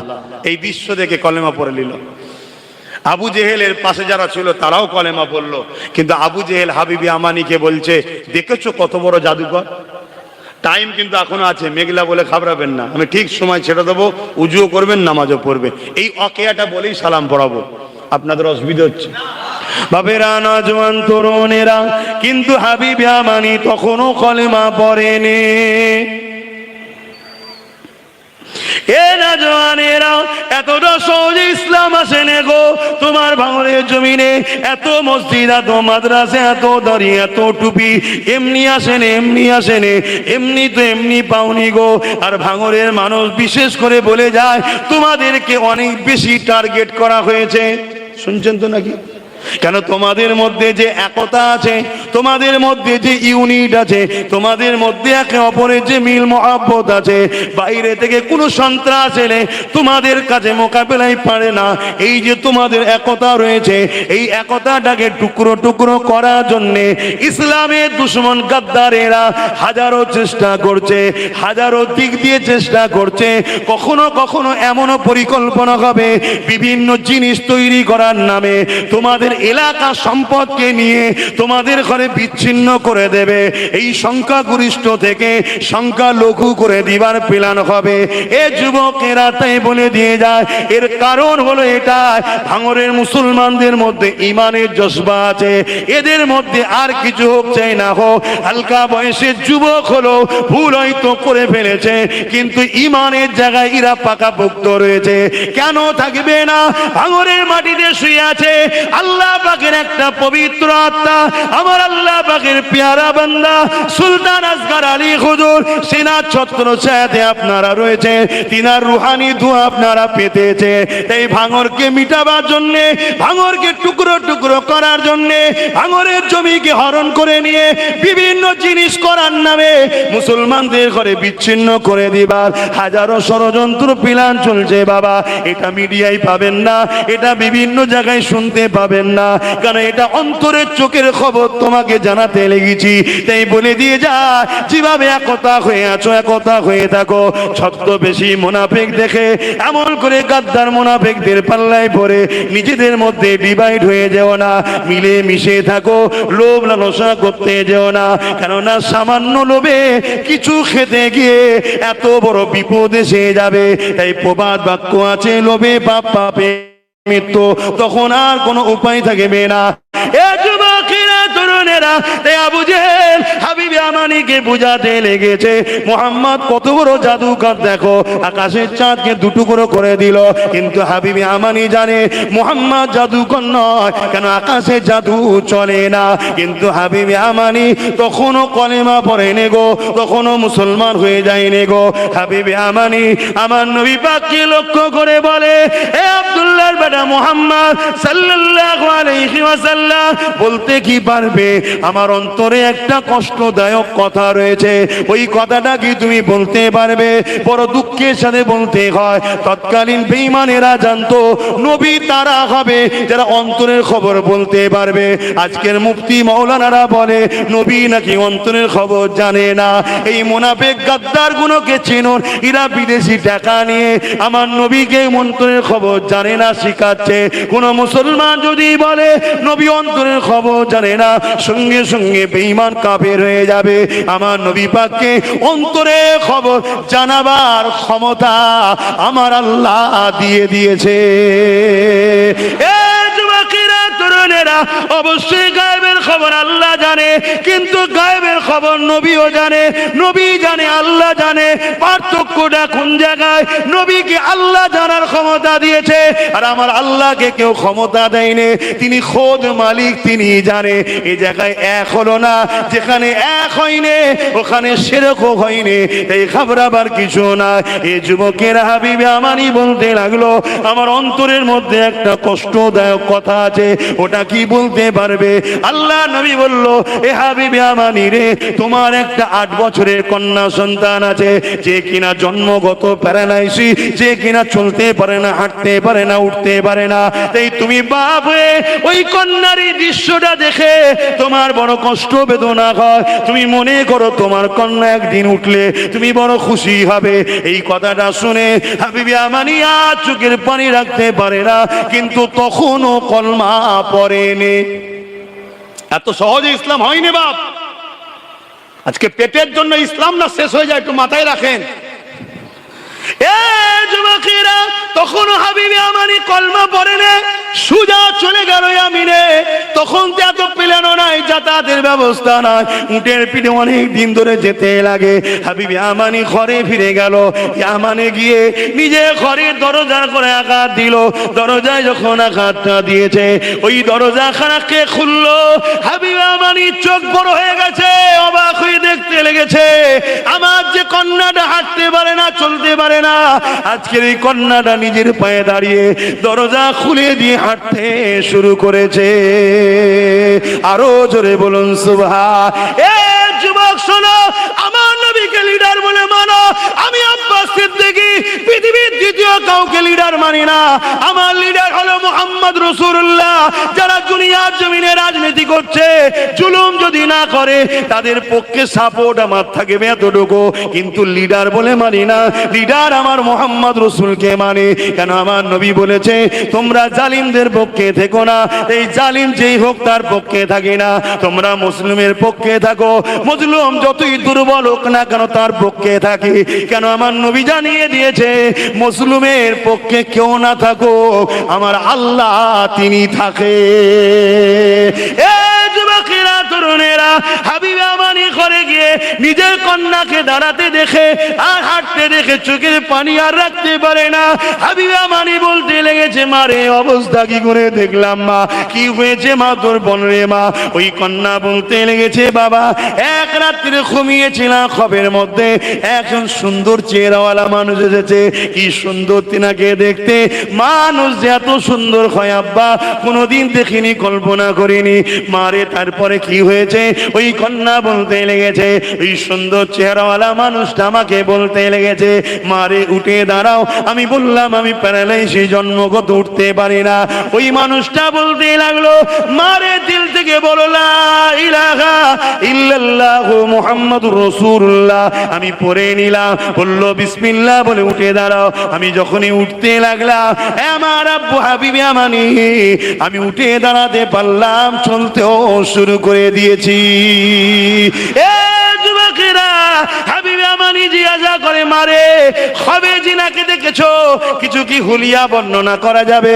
ওই কন্যা বলতে লেগেছে, বাবা তিনি যখন মুচকে হেসেছিলেন, দুই ঠোঁটের বীজকান দিয়ে মতি ঝরতে ছিল, নূরের আলো বেরিয়ে যেচ্ছিল, তিনার ভুরুখানা জোড়া ছিল, তিনার চুলগুলো বড় বড় ছিল।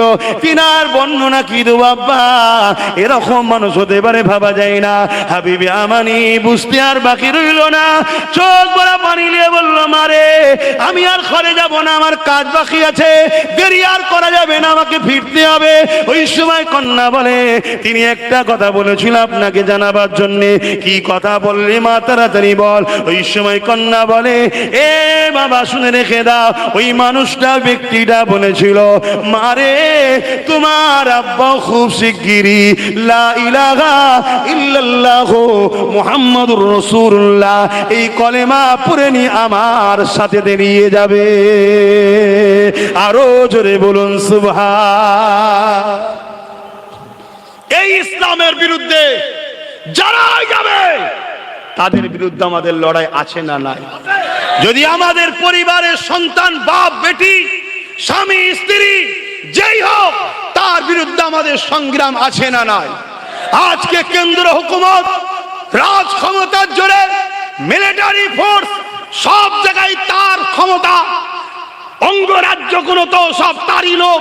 এই ক্ষমতা ভেবে কেন্দ্র সরকার যদি ইসলামের উপরে আঘাত দিতে চায়, মসজিদ মাদ্রাসাকে লুটতে চায়, ওয়াকফকে মিটাতে চায়, আমরা অঙ্গীকারবদ্ধ, আমরা আমাদের জীবনের শেষ রক্তবিন্দু দিয়ে হলো ইসলাম বিরোধী যারা করবে, তাদের ওই ঘৃণা চক্রান্তকে ব্যর্থ করার জন্য একবার নয়, হাজার বার রাস্তায় নামতে রাজি আছি। কারা হাত তুলে দেখান, হাত তুলে বলুন পারবেন।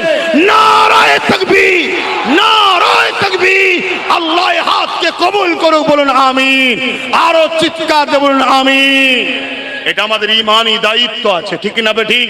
আমরা দুনিয়ার বেঈমান, ধোঁকাবাজ, মুনাফিক, গাদ্দার, সন্ত্রাস, অত্যাচারী নেতাদের জন্য মিছিলে যায়, তাদের মাঠ ভরায়, তাদের জায়গায় যেতে যেতে পারি, আরে আমার আল্লাহ খুশি হবে, নবী খুশি হবে। কোরআনের জন্য, দ্বীন ইসলামের জন্য রাজপথে একবার নয় 1000 বার যেতে হলো আমরা যেতে রাজি আছি, ঠিক না বেঠিক? আওয়াজ দিয়ে বলুন ঠিক না বেঠিক? আল্লাহ আমাদের এই মেহনতকে কবুল করেন, বলুন আল্লাহুম্মা আমিন। হ্যাঁ, আমার কওমের মধ্যে, আমাদের ঘরের মধ্যে কিছু মুসলমান আছে, তারা যাবে না, উপরন্তু তারা পিছন থেকে টানবে। আছে না নাই? এরা হলো মুনাফিক। এরা কারা? জোরে বলুন। ভয় লাগছে? কোরআন বলছে মুনাফিক, কোরআন বলছে মুনাফিক। আপনার অসুবিধা হচ্ছে? খুব ভালো করে বুঝুন। কিন্তু এখানে একটা কথা বলবো, এখানে একটা কথা বলবো, কেন্দ্র সরকার মসজিদ মাদ্রাসার বিরুদ্ধে চাইছে, আন্দোলন হবে না? হবে না? 100 বার নয় 1000 বার হলেও হবে লড়াই, ঠিক না বেঠিক? কিন্তু আমার বাপ মা যদি কোরআন হাদিসের বিরোধী করে, হ্যাঁ কথা বলেন, তাহলে আমার রাজ্যের সিএম যদি কোরআনের বিরুদ্ধে যায়, হ্যাঁ কথা বলেন, আওয়াজ হালকা হচ্ছে গেল, চিৎকার দিয়ে বলেন লড়াই হবে না? হবে না?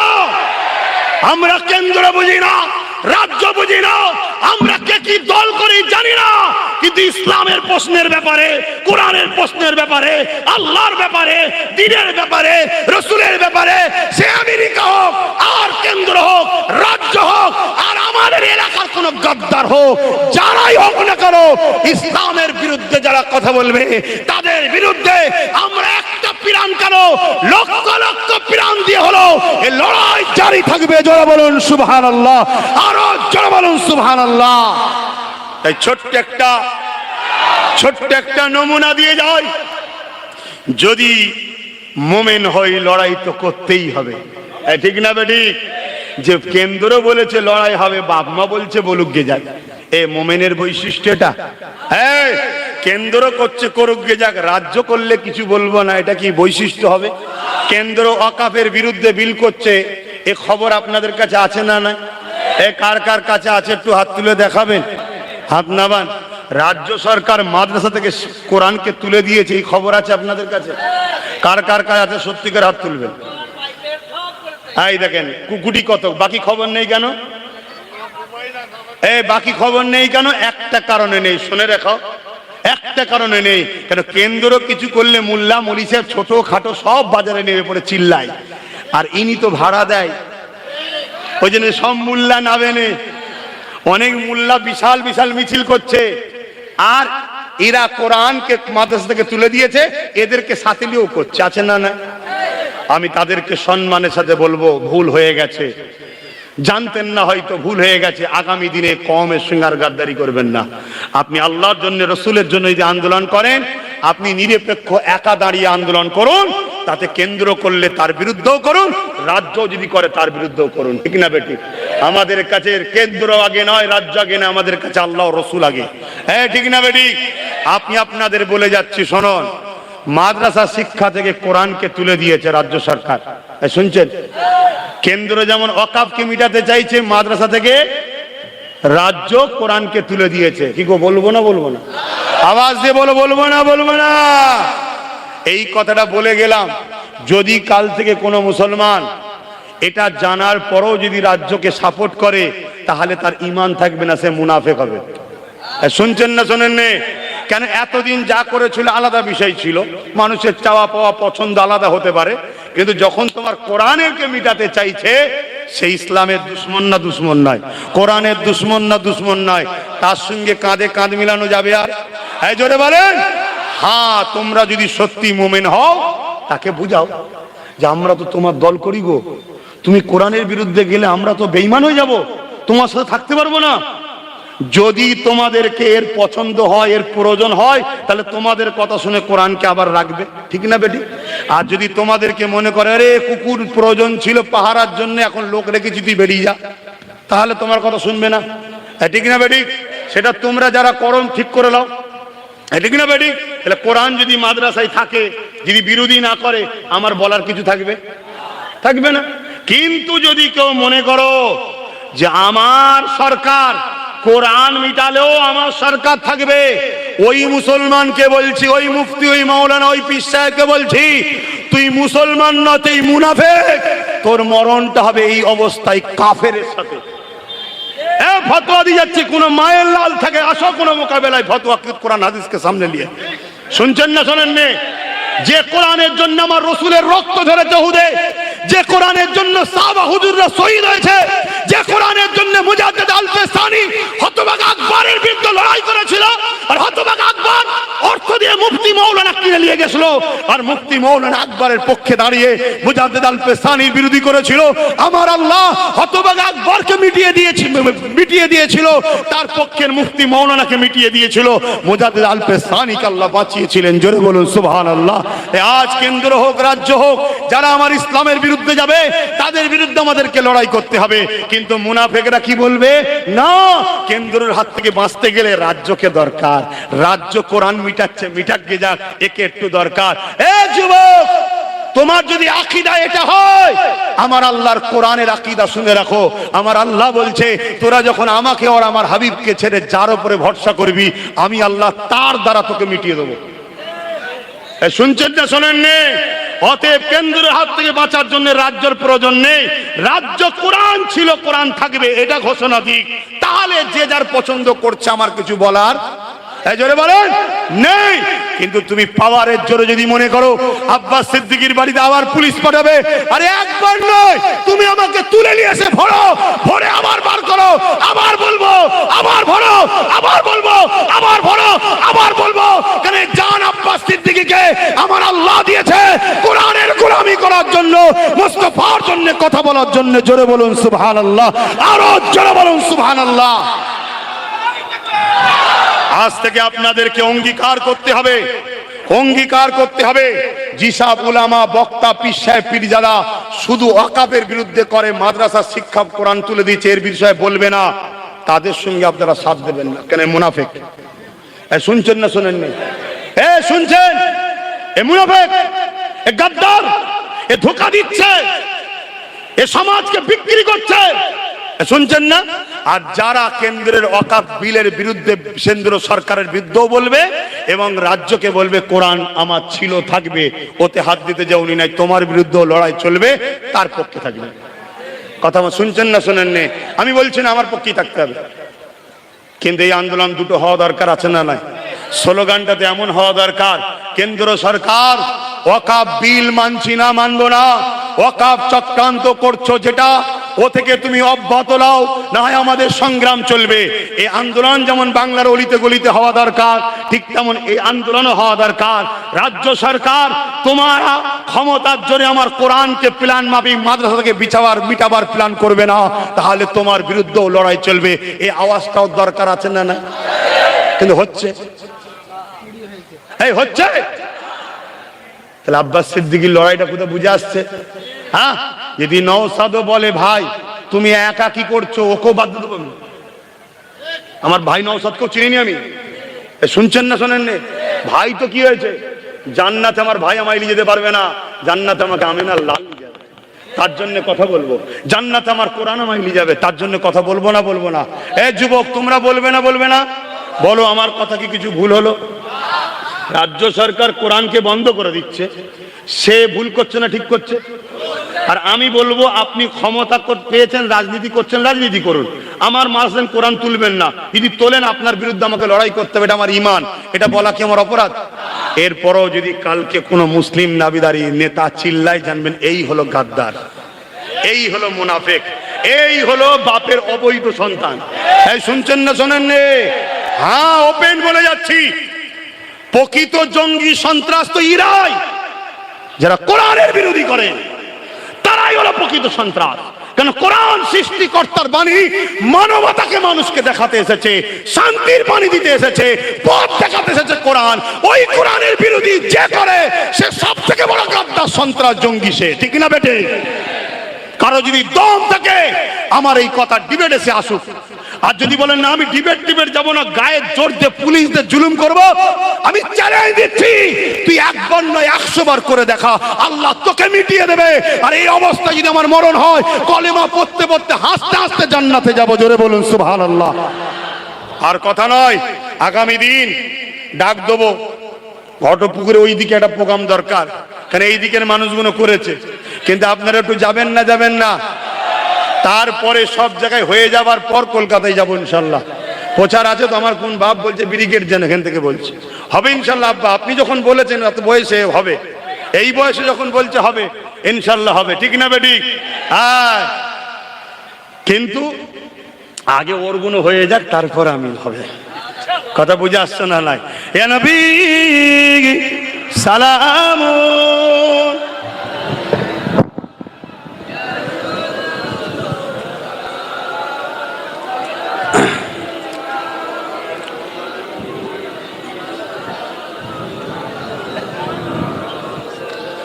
বাপজান আমার আর একটা কথা বলতে ভুলে গেলাম।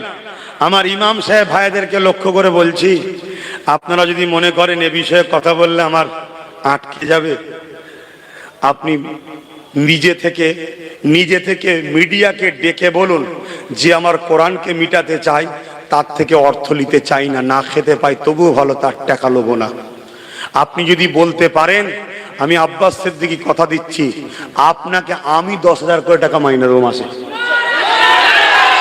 কেন? আপনি আমার আল্লাহর জন্য বলেছেন, আমি আপনার পাশে দাঁড়াবো। কথা মাথায় ঢুকছে না? ঢোকে নেই। ওই হারামের টাকা নেবেন না। হ্যাঁ, আমি আবার বলছি, ও যদি ওর জায়গা থেকে ফিরে আসে যে আমার ভুল হয়েছে, কোরআন থাকবে, আমার বিরোধী করার কোনো জায়গা জোরে বলুন থাকবে না। কারণ আমি এসেছি ধর্মগুরু মানুষ, ধর্মের কথা বলবো, চলে যাব। কিন্তু তুমি রাজ ক্ষমতা দিয়ে আমার ধর্ম মিটাতে যাইবে আর ধর্মগুরু গুণাগুল চুষবে, এটা ভাবছো নাকি? হ্যাঁ, অত সহজ নয় বাপ। ইতিহাসের পাতা সাক্ষী দিচ্ছে, নবীরা বিভিন্ন রাজাদের সঙ্গে যুদ্ধ করেছে। কেন? রাজারা রাজ ক্ষমতা দিয়ে ইসলামের বিরোধী করেছিল। অতএব এই জায়গায় আমরাও প্রস্তুত আছি না? নাই। হ্যাঁ, যদি কেউ মনে করে আরে তোমার তো কিছু নেই, আমি আবার বলি, আমাদের সিনাই ক্ষমতা আছে। হ্যাঁ, আছে না? নাই? একবার আওয়াজ দাও না, আর তাকবীর, আরো দিল খুলে না দিবে। কুরআন ও সুন্নাহ, কুরআন ও সুন্নাহ, দ্বীন ইসলাম, দ্বীন ইসলাম।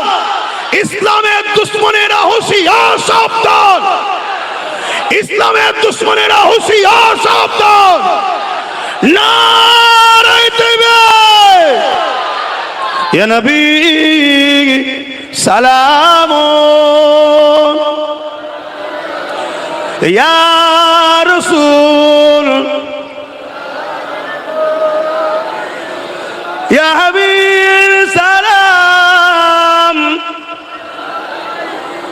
সালাম। কঠিন হাসরের দিনে কি আছে মোদের কপালে, গুনাহগার উম্মাহ আতো রাসূলের পক্ষে হক কথা বলবে। জোরে বলুন সুবহানাল্লাহ। এই হলো উলামা। এটা আজকে নতুন নয়, যুগ যুগ ধরে চলে আসছে। তবে আখরি জামানা তো, এখন একটু সংখ্যাটা বাড়ছে খারাপের। এটা যুগ যুগ ধরে ছিল। সময়ের সাথে সাথে সব আলোচনা করছি, ধৈর্য আছে তো নাকি? সময়ের সাথে সাথে আলোচনা একটার পর একটা আসবে। তা আমাদেরকে জানতে হবে, আমাদেরকে আল্লাহ সৃষ্টি করলেন, আল্লাহ আমাদেরকে দুনিয়ায় পাঠিয়েছেন কিছুদিনের জন্য, এমনি এমনি নয়। সব হিসাব নেবে আল্লাহ, জবাব সেদিন দিতে হবে আল্লাহর কাছে। আমি তো ভেবেছিলাম খুব রোদের গরম, গতকালকে আমি মালদায় ছিলাম, জান খারাপ হয়ে গেছে। গতকালকে একটা জলসার জন্য গেছি, প্রায় 7.5 ঘন্টা গাড়িতে, আবার এসেছি 7.5 ঘন্টা, অজ করেই বেরিয়ে চলে এসেছি। গেছি, নামাজ পড়েছি, উঠেছি, জলসা করেছি, নামাজ পড়েছি, গাড়িতে উঠেছি। কি কষ্ট বুঝতে পারছেন? আর তারা গিয়ে দেখি বিশাল ময়দান, ঈদগাহ, কথা বুঝলেন, বিশাল ঈদগাহ, দেখে জান ভরে গেছে। আর আল্লাহ কারে হাজারো মানুষ জড়ো হয়েছে কোরআনের মাহফিল, দিন ইসলামের আলোচনা শোনার জন্য, কিন্তু ছাই নেই। আর গতকালকে রোদও ছিল খুব, আজকে তো দেখছি মেঘলা। আমি গতকালকে ফোন করে বলেছি এদেরকে একটু কিছু একটু ছেয়ে দিয়েছে, তো যা ছেয়েছে ডিস্কো ছাওয়া হয়ে গেছে, কি ওইখানে একটুখানি ছেয়েছে তো যাক, কিন্তু আজকে ছাওয়ার আর প্রয়োজন নাই, তারপরেও কিন্তু ছেয়েছে। যাই হোক, তা আস্তে আস্তে যদি পারো খুলে দিতে পারো, দেখতে ভালো লাগবে। ছেলেরা বলছিল দেখতে ভালো লাগবে, তাই তা আমি এখানে আলোচনা করি, কমিটির দুই একজন পারো তো আস্তে আস্তে খুলে গুটিয়ে দাও, কেন আজকে মহল ভালো আছে, আল্লাহ দয়া, মেঘলা মেঘলা আবহাওয়া আছে। শীতের সময় তো ঠান্ডা হচ্ছে না, আর বর্ষায় পানিও হচ্ছে না। কয়েকটা ভলেন্টিয়ারকে বলবো ওই দূরে দাঁড়াতে, এদিকে আর কেউ না আসে, এসলে আবার দাঁড়িয়ে থাকবে। এই কমিটির ছেলেগুলো কই, জলসা কমিটি এই ব্যাচ পরে ঘুরছাই যাবো, কয়েকজন ওখানে দাঁড়াও, এইদিকে না কেউ আর আসে, কেন এইদিকে দাঁড়ালে আবার সেই বাঁশের কাছে দাঁড়াবে। একটু আলোচনার দিকে যাচ্ছি। দরুদ শরীফ আল্লাহুম্মা সাল্লি আলা, এই মোবাইলগুলো বন্ধ রাখো, ওয়ালা আলি,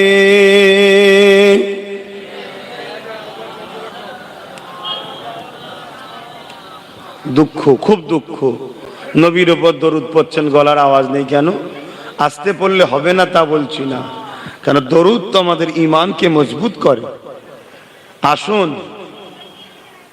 এই পৃথিবী জুড়ে যে আজকে সন্ত্রাসী শক্তি মাথাচাড়া দিয়েছে, এর মোকাবেলা ইনসাফ ইনসানিয়াতকে জিন্দা করার জন্য একটাই শক্তি আমাদের লাগবে, সেটা হলো ঈমানের শক্তি। জোরে বলুন সুবহানাল্লাহ। তাই ঈমান নবীর প্রেম ও আদবের নাম, তাই দরুদ বেশি বেশি করে পড়ুন। আমাদের ঘরের ছেলেদের তো অন্তরে নবীর প্রেম কমে গেছে, তাই তো আজকে আমরা পথভ্রষ্ট হয়ে যাচ্ছি। আসুন, আপনারা বসেছেন যখন, একটু মহাব্বত দরুদ পড়েন। আল্লাহুম্মা সাল্লি আলা,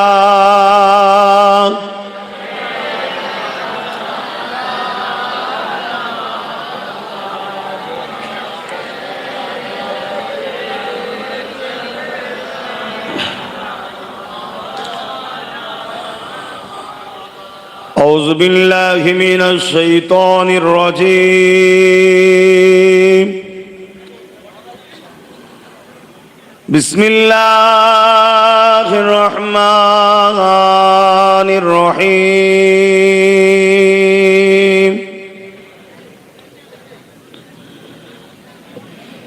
الحمد لله، الحمد لله نحمده ونستعينه ونستغفره ونؤمن به ونتوكل عليه ونعوذ بالله من شرور أنفسنا ومن سيئات أعمالنا،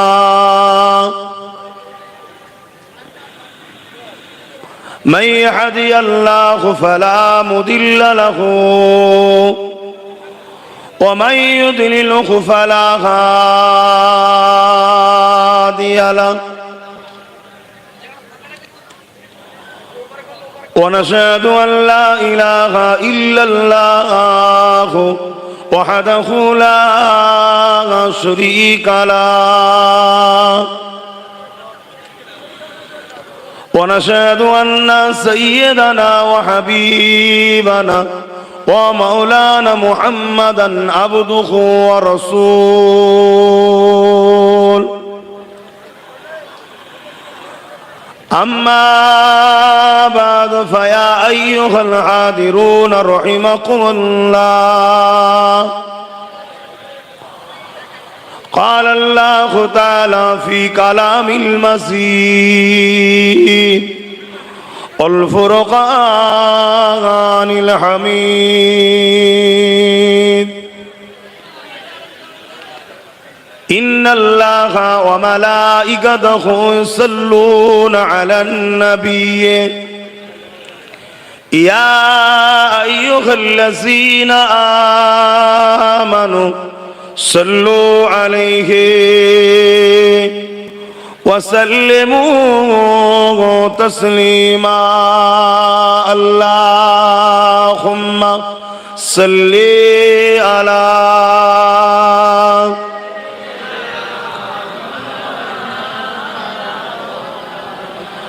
মুহাম্মাদ ওয়া আলা আলি সাইয়্যিদিনা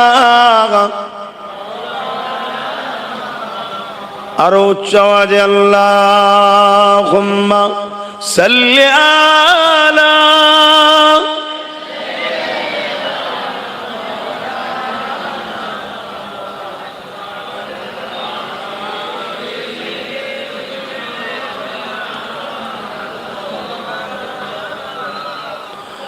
शादाग़े महशर में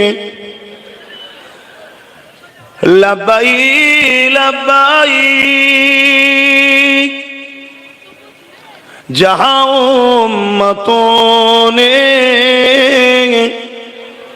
पुकारा मुहम्मद शादाग़े महशर में लब्बाई लब्बाई जहां उम्मतों ने पुकारा मुहम्मद हमें जानो दिल से प्यारा मुहम्मद मुहम्मद के खामोखे हमारा मुहम्मद अल्लाहुम्मा सल्ली अला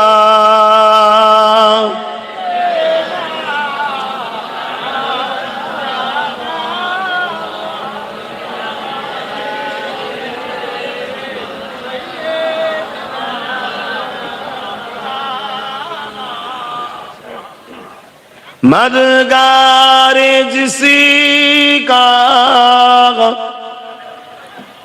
रसूले खुदा हो उसे और हिम्मत का परवाह किया है मदद को चले आएंगे कमली वाला डूबते डूबते ही संभल जाएगा अल्लाहुम्मा सल्ली अला हाथ दुनिया वला आली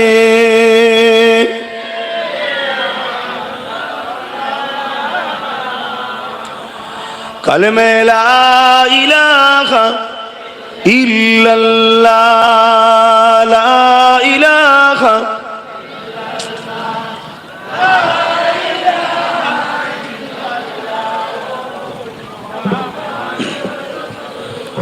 हस्बी रब्बी जल्लल्लाह माफी कल्बी खैरुल्लाह हस्बी रब्बी जल्लल्लाह माफी कल्बी खैरुल्लाह नूर मुहम्मद सल्लल्लाह हक़ ला इलाहा इल्लल्लाह ला इलाहा जोरे जोरे ला इलाहा इल्लल्लाह ला इलाहा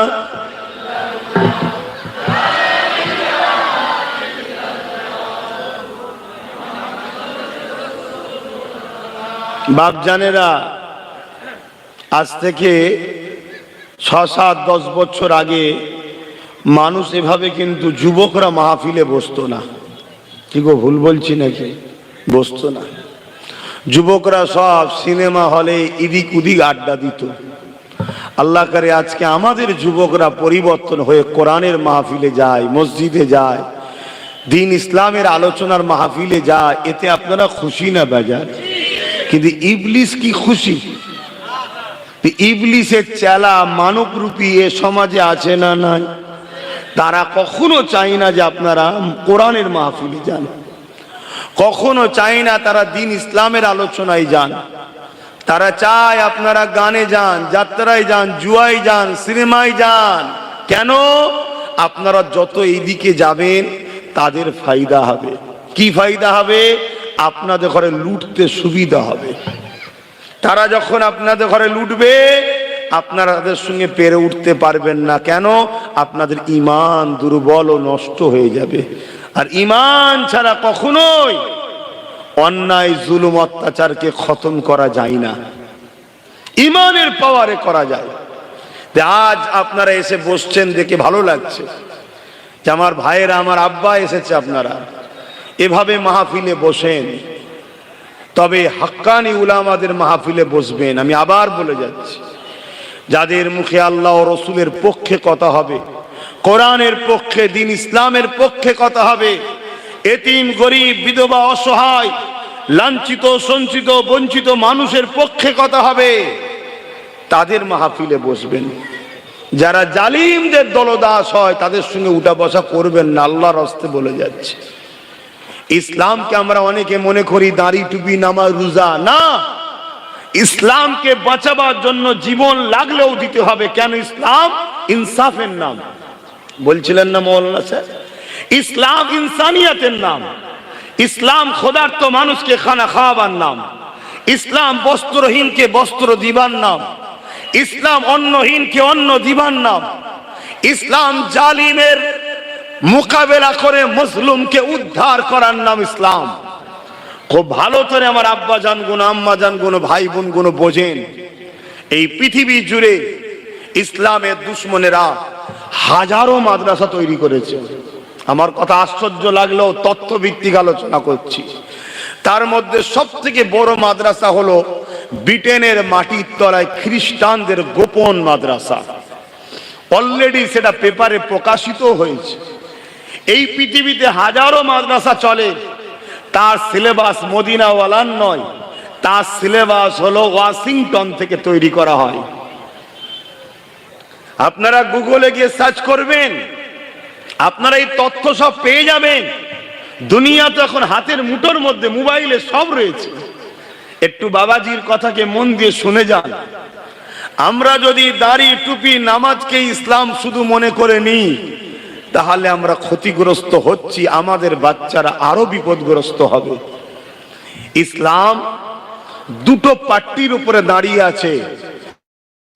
ন্যায়কে প্রতিষ্ঠিত করো, অন্যায়কে মিটিয়ে দাও। ন্যায় কোনটা, অন্যায় কোনটা? মা আতাকুমুর রাসূল ফাখুযুহু ওয়া মা নাহাকুম আনহু ফান্তাহু। আল্লাহ কালামুল্লাহ শরীফের মধ্যে বলছে, আমার হাবিব যেটা আদেশ করেছে ওটা ন্যায়, যেটা নিষেধ করেছে ওটা অন্যায়। ক্লিয়ার? তাহলে এটা আমাদের সবার কাজ। এবারে আমার নবী কি আদেশ করেছে, কি নিষেধ করেছে, এটা আমাদের জানতে হবে। আল্লাহ নবী সর্বপ্রথম আদেশ করেছে লা ইলাহা ইল্লাল্লাহ, নেই কোন এলাহা এক আল্লাহ ছাড়া। এই জমিন, এই আসমান, এই কায়নাতের একজন খালেক ও মালিক, যিনি গতকালকে কত চড়া রোদ রেখেছিল, আজকে যিনি একটু মেঘলা আবহাওয়া রেখেছে। জানি না আগামী দিন আবার কি হবে। যিনার ইশারাতে এই বিশাল আসমান বিনা খুঁটিতে রয়েছে, যিনি আমাদের আশরাফুল